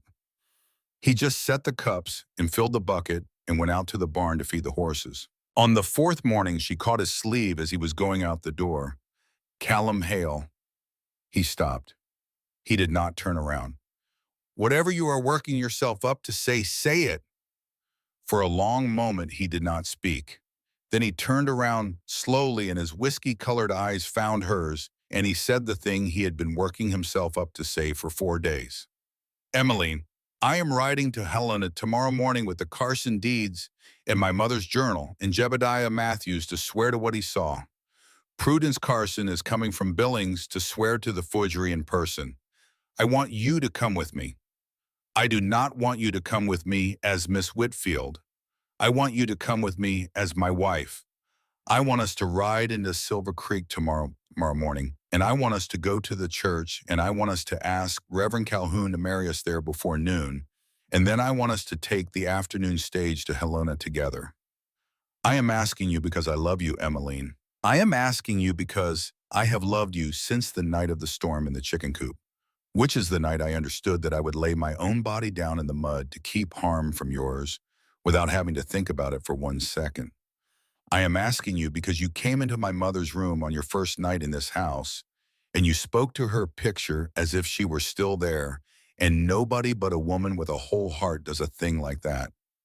I am asking you because I do not want to walk into that courthouse as the last Hale who is going to fight for this land. I want to walk in beside a woman who has already chosen to be a Hale. I am asking you badly, Emiline. I have never asked anybody this before. I am asking you to marry me. Emiline Whitfield set down the dish towel she was holding. She walked 3 steps across the kitchen, and she stopped in front of Callum Hale, and she put both of her small hands flat against the front of his rough work shirt over where his heart was, and she looked up into his face with her cornflower eyes shining, and she said the words she had practiced in her head for 12 nights. Yes, Callum, 1,000 times yes. Winter always ends. He put his hands over her hands on his chest, and he held them there, and neither of them said anything else for a long moment, because a long moment was all they had, and because the three words that mattered most had already been said. They were married the next morning at 9 o'clock in the small white clapboard church at the edge of Silver Creek. Reverend Calhoun, who had baptized Callum Hale as a baby, performed the service. Mrs. Henderson from the Mercantile stood up for Emiline and brought a small bouquet of late yellow wildflowers she had been saving for exactly this moment since the day Emiline had first come into her store. Rhett stood up for Callum. Silas, who was too moved to be a ring bearer in a dignified way, sat in the front pew and wept quietly into his sleeve. Sheriff Wade witnessed the marriage book. Jebediah Matthews stood at the back of the church with his hat over his heart and his face scrubbed clean for the first time in 10 years. When Reverend Calhoun asked Emiline whether she would take this man to be her lawful husband for as long as they both should live, Emiline looked up at Callum Hale, and she said in a voice that carried to every corner of the small church, "Not just as long as we both shall live. Longer than that." Callum Hale cried in church that morning for the first time in his life. Not many tears, just two. One for his mother and one for his father. Both of them for everything they had not lived to see. They caught the afternoon stage to Helena at 2 o'clock. The ride to the territorial capital took a day and a half. They slept one night in a small, clean boarding house in a crossroads town called Cold Spring, in a small, clean room with a small, clean bed, with the door closed against the wind and the world. And what passed between Callum and Emiline Hale on that first night as husband and wife belonged to them and only to them, and the door stayed closed until morning. When morning came, she found him already awake, sitting on the edge of the bed in his shirt sleeves, watching her sleep. When he saw her eyes open, he said only one thing. "Good morning, Mrs. Hale." "Good morning, Mr. Hale." They caught the morning stage and were in Helena by sundown. The federal courthouse in Helena was a square brick building with tall windows and a stone eagle over the door. Judge Nathaniel Brooks was a tall, thin man in his late 60s, with a white beard and the slow, careful manner of a man who had seen every kind of human being there was to see and had long ago stopped being surprised by any of them. Callum presented his case in the judge's chambers on the morning of December the 8th. He had Jebediah's sworn statement. He had the oilcloth packet with the original forged deeds. He had his mother's journal with its final torn page. He had Prudence Carson waiting in the hall, a small, gray-haired woman in a black traveling dress who had come 6 days by stagecoach from Billings, and he had Emiline. Horace Blackwood came to the hearing with 2 expensive lawyers from Denver. He wore a new black coat and a new black hat, and he smiled at Judge Brooks as if the two of them were old friends. He presented his counterclaim. His lawyers produced a new survey that moved the Hale property line 40 acres to the west and cut Willow Creek out of the Hale holdings entirely. His lawyers produced a signed affidavit from the county clerk in Helena swearing that the Carson deeds had been filed correctly in 1867. His lawyers produced 3 character witnesses who swore that Horace Blackwood was a pillar of the community. It looked for the first hour of the hearing as if the expensive Denver lawyers were going to win. Then Judge Brooks said, "Mrs. Hale, I understand from the court officer that you wish to testify on behalf of your husband. Come forward, please." Emiline walked to the witness stand in her navy blue traveling dress, the same dress she had worn on the stagecoach the day she had arrived in Silver Creek, the same dress she had been married in the day before yesterday. She took the oath with her right hand raised and her left hand resting on a small Bible with its front page torn out. She presented in order the Journal of Sarah Hale with the torn final page, the oilcloth packet of forged deeds, and the sworn testimony of Jebediah Matthews, who was then called to the stand. She presented Prudence Carson, who was called to the stand next, and who swore on the same Bible that she had never signed any deed of sale to Horace Blackwood, that her handwriting was being misused, and that she was still the legal owner of the Carson place. The Denver lawyers conferred in hurried whispers. Then the senior of the two stood up and said in a loud voice meant for the whole courtroom, "Your Honor, before we proceed, the court should be aware that the woman in the witness chair is not the respectable lady she appears to be. We have obtained a record from the Boston Police Department showing that in the year 1870, at the age of 16, Emiline Whitfield was arrested and held overnight on a charge of theft. We move that her testimony be stricken from the record as unreliable." A murmur ran through the courtroom. Callum's hand closed hard around the arm of his chair. Silas half rose from his seat. Rhett put a hand on Silas's shoulder. Judge Brooks turned his slow, tired eyes to Emiline. "Mrs. Hale, do you wish to answer this charge?" Emiline Hale stood up in the witness box. She placed her hands on the wooden rail in front of her. She looked straight at Judge Brooks, and she spoke in a voice that carried to every corner of the large courtroom. "Your Honor, I stole a loaf of bread to feed a dying child." The courtroom went absolutely still. I was 16 years old. I was working as a seamstress in a shop on Hanover Street in the north end of Boston. The winter of 1870 was the coldest winter in Boston in 20 years. There was a small boy sleeping in the doorway of my shop every night. His name was Finian Kelleher. He was 6 years old. His mother had died the summer before, and his father had been killed in a dockyard accident a week after that. He slept in the doorway because nobody had taken him in. I fed him what I could from my own supper for 3 weeks. And then there came a day when I had no money and no food, and I could either feed myself or feed him, but I could not do both. I stole a loaf of bread from the bakery on Salem Street. The baker, Mr. Donovan, saw me do it. He followed me to the doorway of my shop, and he watched me give the bread to Finian Kelleher. And then he called a policeman, and I spent one night in a cell. In the morning, Mr. Donovan came to the jail, and he told the magistrate that he was withdrawing the charge. He told the magistrate that he had been a boy in Ireland during the famine, and that he was not going to be the man who put a girl in prison for feeding a starving child. The charge was dismissed. I was released. Finian Kelleher is 12 years old this year, Your Honor. He is alive. He is an apprentice printer in Boston. He can read and write. He writes me letters twice a year. If Your Honor wishes to verify any of this, I am sure the Boston Police Department also keeps a record of the dismissal, which I notice the Denver lawyers have not brought with them today. She paused. I am not ashamed of that loaf of bread, Your Honor. I am not ashamed of a single moment of it. And I will stand here in this courtroom in front of you and in front of my husband and in front of God and tell you that if I had to steal that loaf of bread again tomorrow, I would do it. I came here today to tell the truth about a man who murdered my husband's mother and father and who has spent 10 years stealing land that did not belong to him. I am asking you to believe me, Your Honor, not because I am a perfect woman, but because I am a truthful one. For a long moment, nobody in the courtroom made a sound. Then Judge Nathaniel Brooks leaned back in his tall chair, and he did something that surprised everyone in the room. He smiled. It was a small, dry smile, the smile of an old man who has been waiting all his professional life to see a certain kind of honest courage stand up in his courtroom.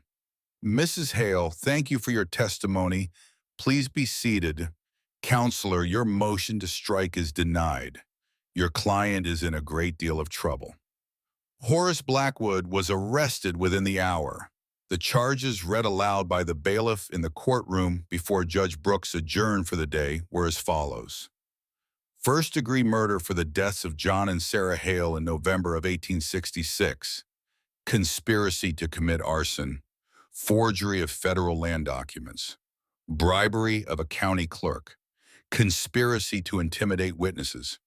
Destruction of private property for the cutting of Hale fence posts and the burning of the Hale hay shed in the autumn of 1876.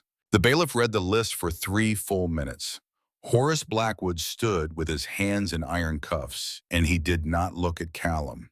He did not look at Emmeline's son. He looked at the wall. Judge Brooks also ordered on the spot the return of 40 acres of disputed land to the Hale family and the restoration of Prudence Carson's legal title to the Carson place. He ordered the county clerk of Lewis and Clark County investigated for fraud. He instructed the territorial marshal to take Blackwood directly to the Helena jail and to hold him there without bail. It was over. Callum and Emiline walked out of the federal courthouse in Helena together into the cold, bright afternoon of December the 8th, 1876. The sky over the Capitol was the pale, hard blue of early winter. Snow had begun to fall very lightly, a few dry flakes drifting down between the brick buildings. Callum stopped on the courthouse steps and looked up at the sky and closed his eyes for a long moment. Emiline, yes. My mother used to say a thing when I was a boy. She used to say the mountain gives you what you need, not what you want, and the only question is whether you are wise enough to tell the difference when it comes. That sounds like her. I wanted a plain woman who would never make me feel anything. The mountain sent me you. The mountain sent me to you. Both directions, Callum. The mountain sent me too. He opened his eyes and looked down at her. A man keeps his word, Emiline Hale.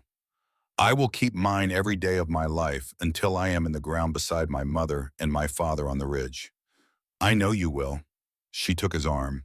They walked down the courthouse steps together into the light falling snow, and Silas and Rhett and Jebediah and Prudence Carson followed them out, and the 6 of them stood together in the street in front of the Helena courthouse for a long moment without speaking, because there was nothing to say that had not already been said in the courtroom under oath and before God.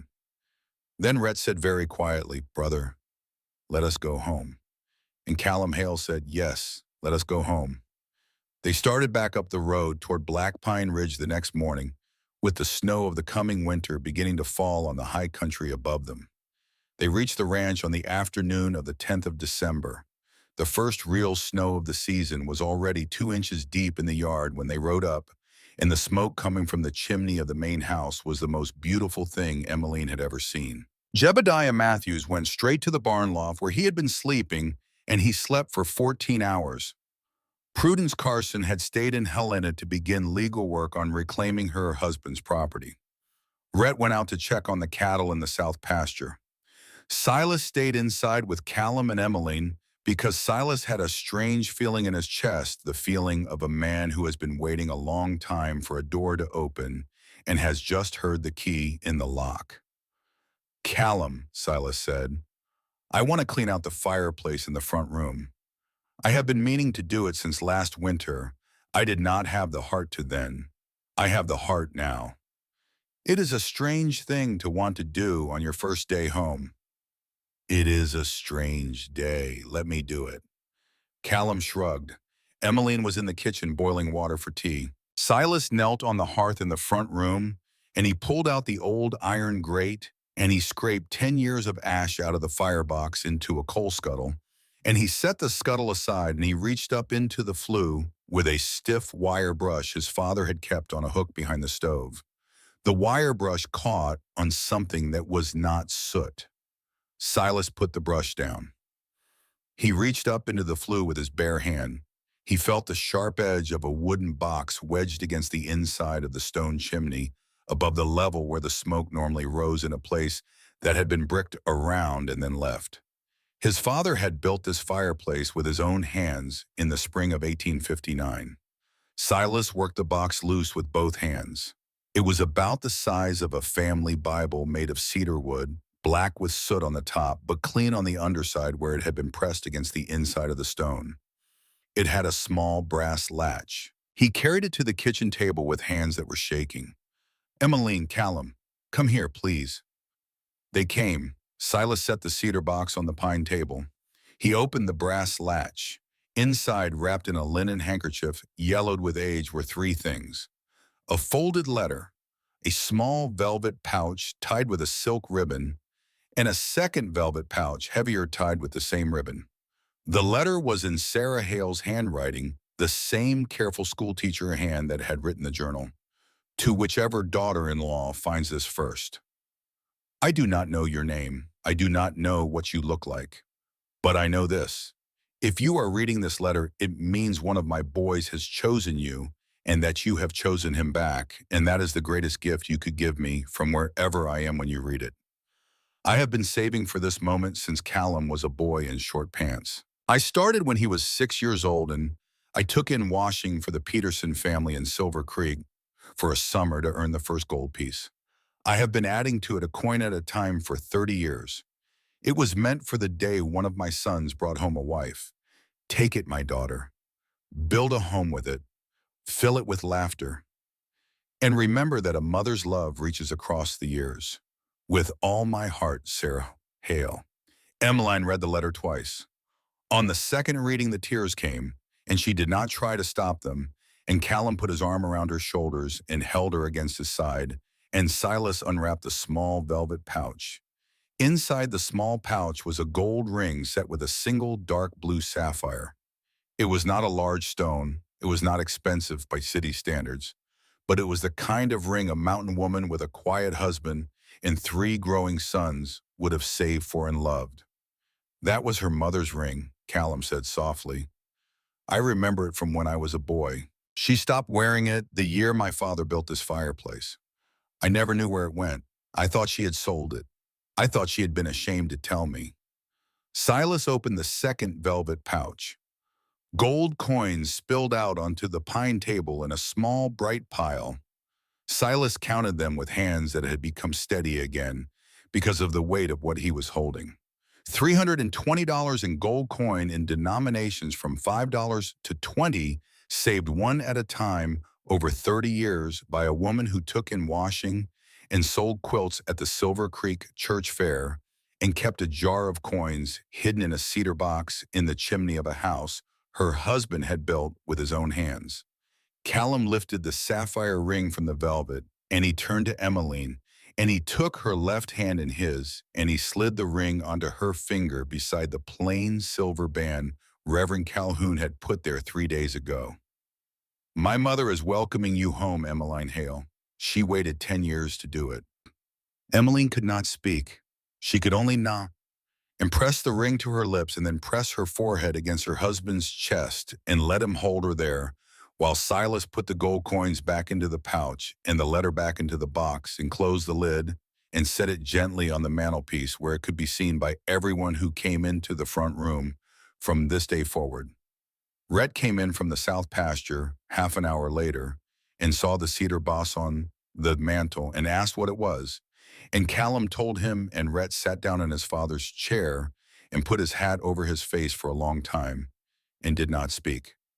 That night, Emiline cooked supper with the ring on her finger. Callum ate 3 helpings of her stew for the first time in 10 years without anybody at the table freezing to see him do it. Rhett played a harmonica he had not touched in 3 years.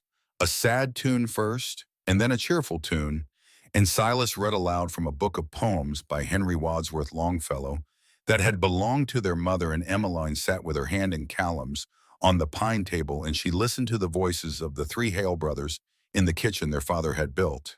And she understood that she was home now, and that the word home had finally come to mean something in her life that it had never meant before. The winter that followed was the first winter of peace in the Hale house in 10 years.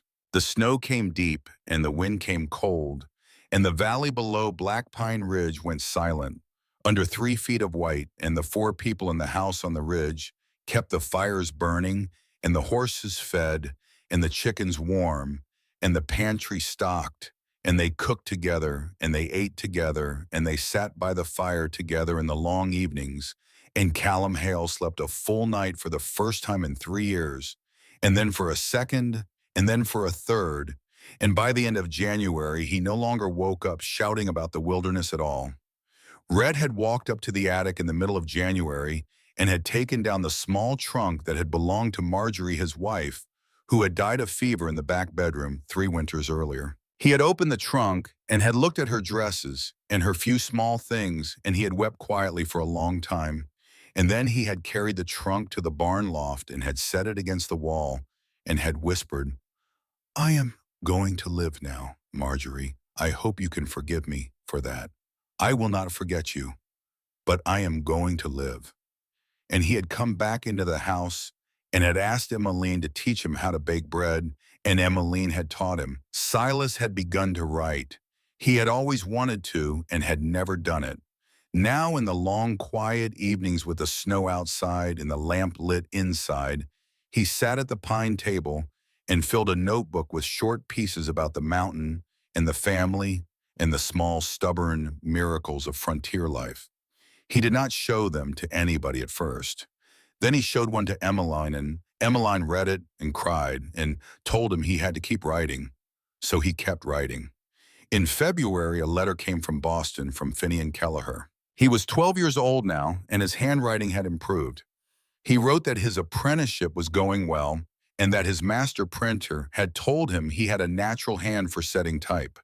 He wrote that he missed Miss Whitfield, but he was happy for her that she was now Mrs. Hale.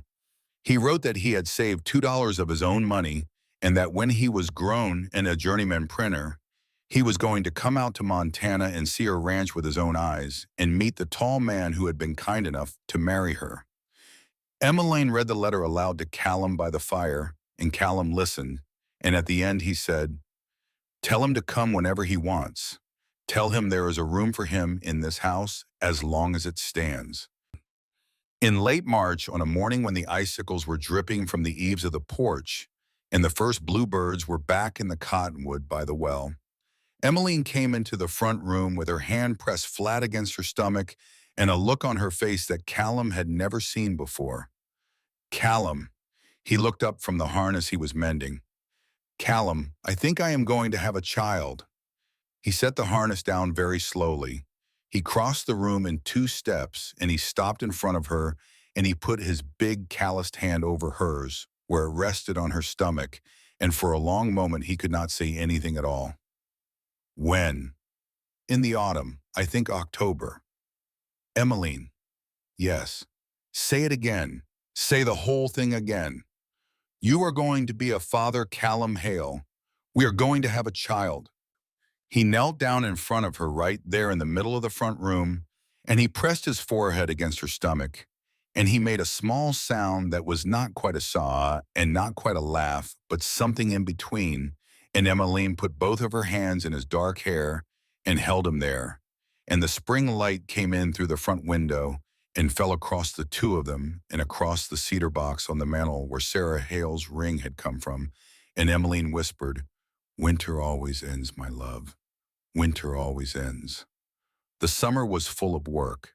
Callum and Rhett rode the summer pasture and brought in a calf crop larger than any the Hale Ranch had seen in 10 years. Silas expanded the kitchen garden and built a small reading chair for Emmeline on the porch so she could sit outside in the long evenings. Emmeline grew slowly round and quietly strong. She learned to ride the gentle old mare named Bess. She learned to tell the difference between the hoof tracks of a mule deer and a whitetail. She wrote letters to Mrs. Hartwell in Boston once a month, and Mrs. Hartwell wrote back every month and kept her abreast of the news of Hanover Street. In the first week of October, the weather turned cold, and the aspens on the ridge went yellow overnight, and then in a single afternoon let go of their leaves all at once in a slow golden rain that Emmeline watched from the porch, with Callum standing behind her, with his arms around her and his hands resting on the great round shape of her stomach. The baby came on the 11th of October in the middle of a late blizzard that nobody had predicted. The storm came down off Black Pine Ridge at dusk. By 9 at night, the wind was howling around the corners of the house, and the snow was so thick, Callum could not see the barn from the front porch. At 10:30, Emmeline woke up with a hand on Callum's arm and said very quietly, "Callum, it is time." Rhett tried to ride for Dr. Mercer in Silver Brow. He made it half a mile and had to turn back because the snow was already past the belly of his horse. He came stumbling back into the house half frozen. "I cannot get through, brother. Nobody is getting through tonight. Not for love or money." Callum's face went white. Silas, Emmeline said from the bedroom doorway, still perfectly calm, one hand on the small of her back and the other on the doorframe. Silas, I need you. Silas came. Silas, you have delivered calves and foals your whole life. You have read every book on animal husbandry your mother owned. You have read the medical book too. I saw it on the shelf in your room, the one with a section on childbirth. You have read it, have you not? Yes, twice, 4 times since March when you told me about the baby. Good, you are going to deliver my child, Silas Hale. Callum is going to hold my hand. Rhett is going to boil water and keep the fire high. You are going to bring my baby safely into the world because there is nobody else, and because I trust you, and because you love us. Silas wept. Then he wiped his face and he rolled up his sleeves and he went to the pump and he washed his hands up to the elbow with the lye soap Emiline had made in September. And then he went into the bedroom in Sarah Hale's room, the same room where Emiline had slept alone on her first night in the house a year ago, and he set to work. The labor was 9 hours long. Emiline gripped Callum's hand so hard at the end that she left 4 crescent marks from her fingernails in the back of his palm that would still be faintly visible on the day of her burial 47 years later. Rhett kept the water boiling and the fire built up and the towels coming clean from the kitchen where he laundered them between the waves. Silas spoke to Emmeline in the gentle, careful voice he used with frightened horses, and he told her everything he was doing before he did it, and when the moment came for the baby to be born, he caught her with hands that had trimmed 1,000 calves and 100 foals, and were now catching his brother's firstborn child. And she came out crying into the warm firelit room just before dawn on the morning of the 12th of October, 1877, exactly 13 months after Emiline Whitfield had stepped down from a stagecoach in Silver Creek. A girl. Silas wrapped her in the clean flannel blanket Emmeline had sewn for her in August, and he held her for one long moment against his own chest, looking down into the small red face of his brother's daughter, and then he turned and laid her in Callum Hale's arms. Callum looked down at the tiny face. He looked at his wife, exhausted and radiant on the pillow. He looked at his brothers. He looked back at his daughter. His hands were shaking so hard that he was afraid he was going to drop her. And Silas reached over and steadied his hands, and Callum Hale whispered, "Hello, little one. I am your father. You are going to grow up here on this mountain. You are going to know who your grandmother was. Her name was Sarah, and she loved you before you were born. I am going to tell you about her every day of your life." Emmeline on the pillow smiled through her tears and said, "Rosalind, her name is Rosalind Hale, because my mother used to say that a girl born in the snow is the roses of winter." Callum said the name aloud. Rosalind Hale. It sounded right in the firelight of his mother's old bedroom. Outside the window, the blizzard was blowing itself out, and the first gray light of dawn was coming up over the Bitterroot Range, and somewhere in the timber above the house, a great horned owl called 3 times and then went silent, and Rhett put more wood on the fire, and Silas went out to the kitchen to make coffee, and Callum Hale sat on the edge of the bed with his daughter in his arms and his wife's hand in his. And he understood, in a way he had not understood anything else in his whole life, that he had come all the way home. Time has a way of moving in a mountain valley, the way water moves in a deep pool, slowly at the surface and faster underneath. And the years after Rosalind Hale was born began to pass the way. All the best years passed, which is to say without any person in the middle of them noticing how quickly they were going.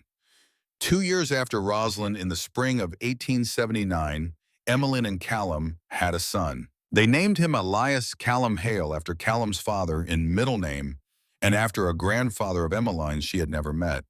Elias was a quiet boy with his mother's cornflower eyes and his father's honey-colored hair and an unshakable calm about him from the day he was born. In the autumn of 1881, at Rhett's quiet and stubborn insistence, Rhett married Temperance Henderson.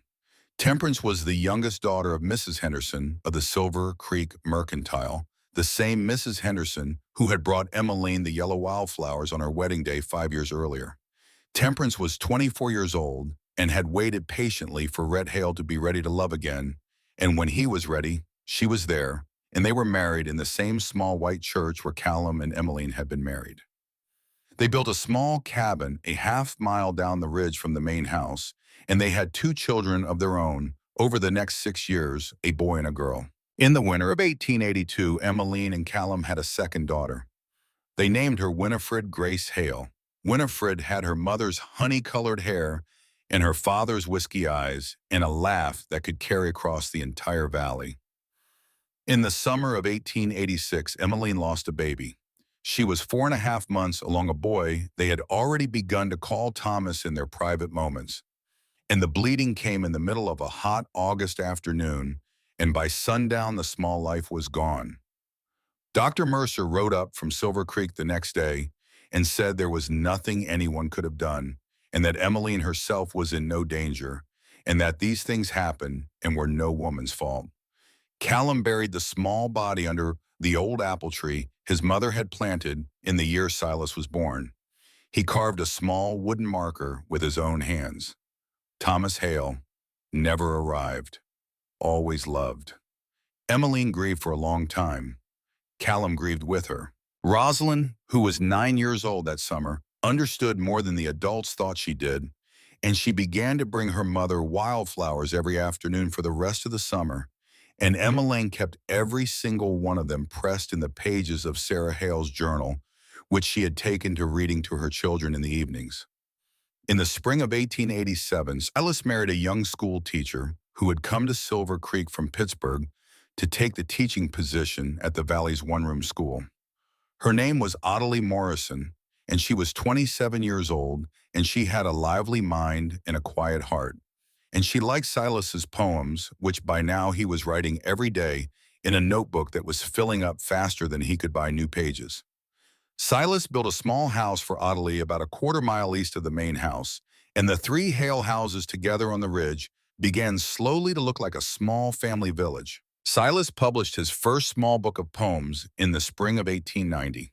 It was printed in Denver in a run of 200 copies. It sold out in 6 weeks. A second printing followed and a third, and by the end of the year, the book had been reviewed in a magazine in Boston, and a gentleman there had written Silas a letter offering to publish his next book if he wrote one. Silas wrote another book, and another. By the end of the century, he was known in a quiet, modest way as one of the better voices of the Rocky Mountain West. In 1890, Rosalind was 13 years old and had read every book in the house. She had told her father the week before her 13th birthday that she wanted to be a doctor. Callum had looked at her across the supper table for a long moment, and then he had said very simply, "Then you will be a doctor." Emmeline had begun to write to the few medical schools in the country that admitted women, and a correspondence had begun that would continue for 7 years. In the summer of 1895, Black Pine Ridge Ranch ran 1,200 head of cattle. It was the largest ranch in the valley. Callum had full-time ranch hands, now 5 of them, and Rhett managed the south herd, and Silas managed the accounts, and Emmeline managed the house and the garden, and the correspondence, and the 2 small children of Rhett and Temperance, who spent half of every day at the big house because their Aunt Emmeline made the best biscuits in the territory, and nobody had ever proved otherwise. Callum at 51 had silver coming in at his temples. The limp from his war wound had grown a little worse in cold weather.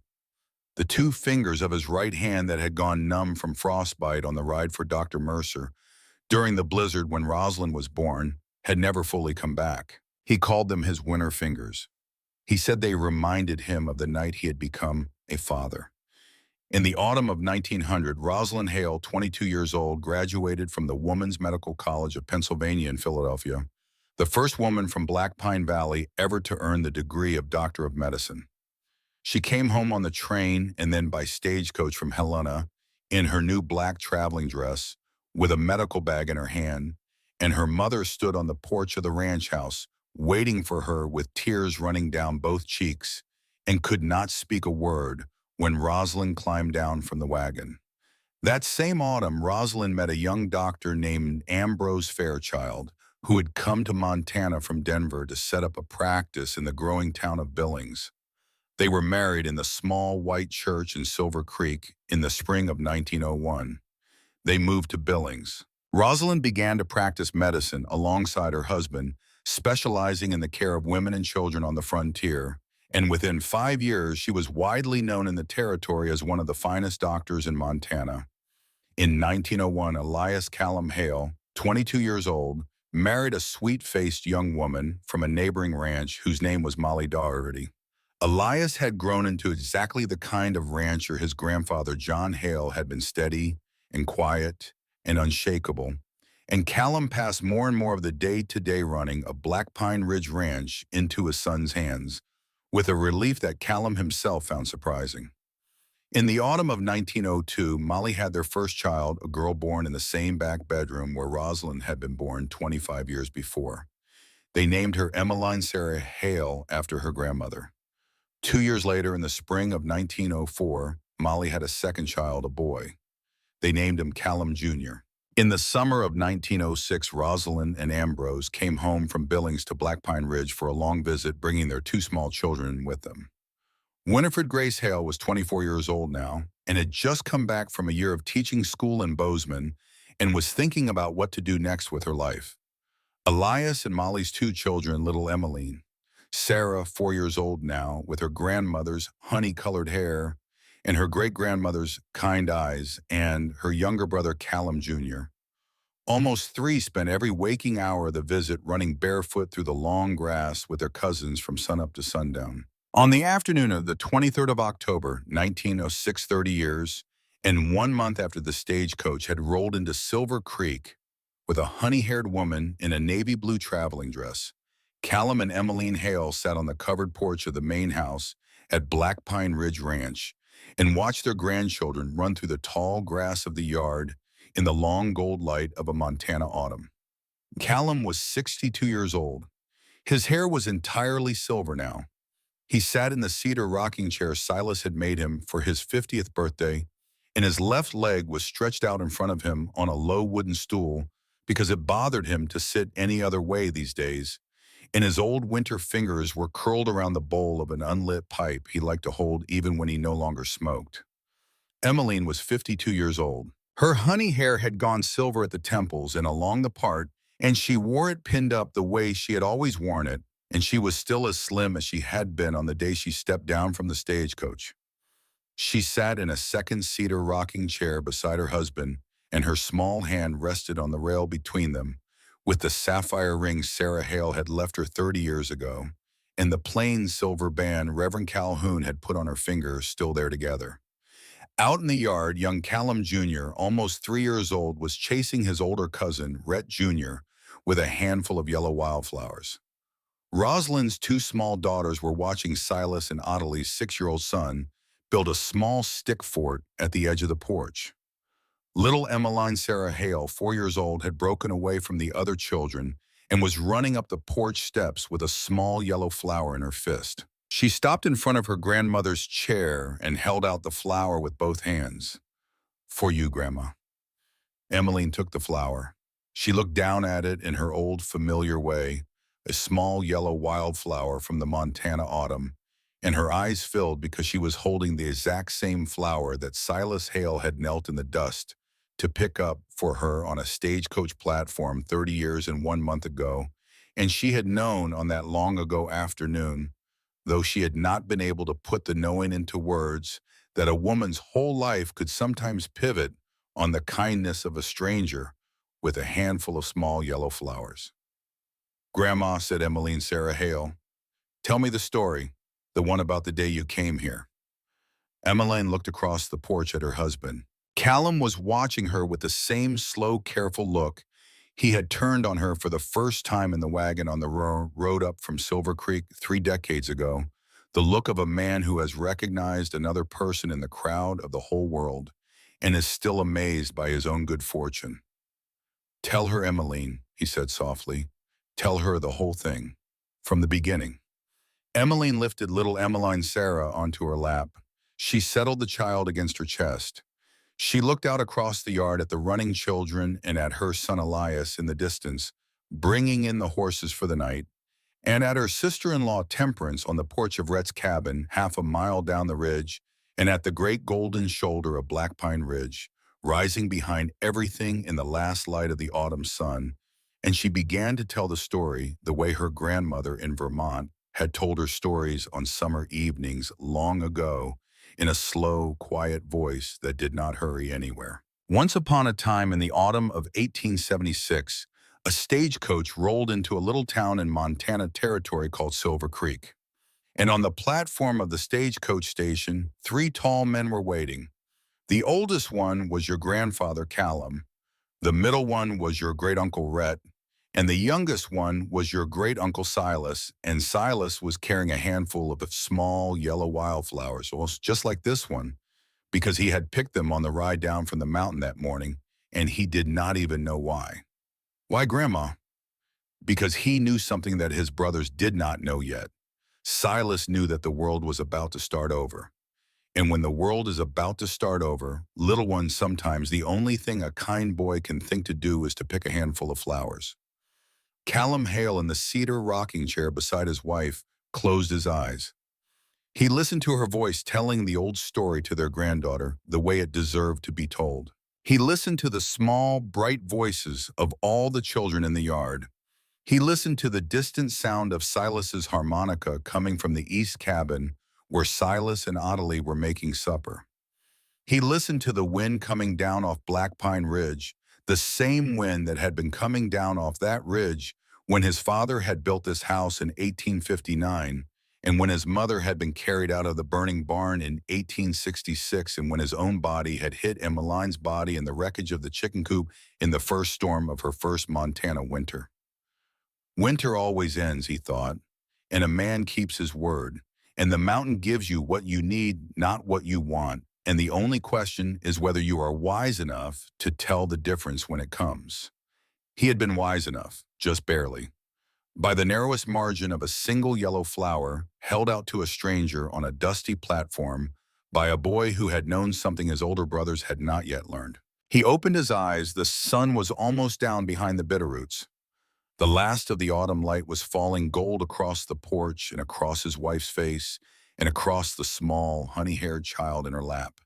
And the wildflower Emiline Sarah Hale had brought was still in her grandmother's hand, and everything that Callum Hale had ever wanted in his whole life was on this porch with him in this one long gold moment, and nothing in the world that came afterward could ever take it away. Emiline looked across the children and the yard and the distance between the chairs, and she met her husband's eyes. "We are home now, Callum." "Yes, Emiline, we are home now." And out in the long yellow grass of the yard in the last light of the Montana autumn, 4 generations of the Hale family went on with the small, bright business of being alive together. And the wind came down off Black Pine Ridge the way it had come down for 1,000 years before any of them were born. And it would come down for 1,000 years after any of them were gone. And the story of the woman who had stepped off the stagecoach in Silver Creek on a September afternoon in the year 1876 would be told on this porch in that slow, quiet voice for as long as there were Hale children to hear it.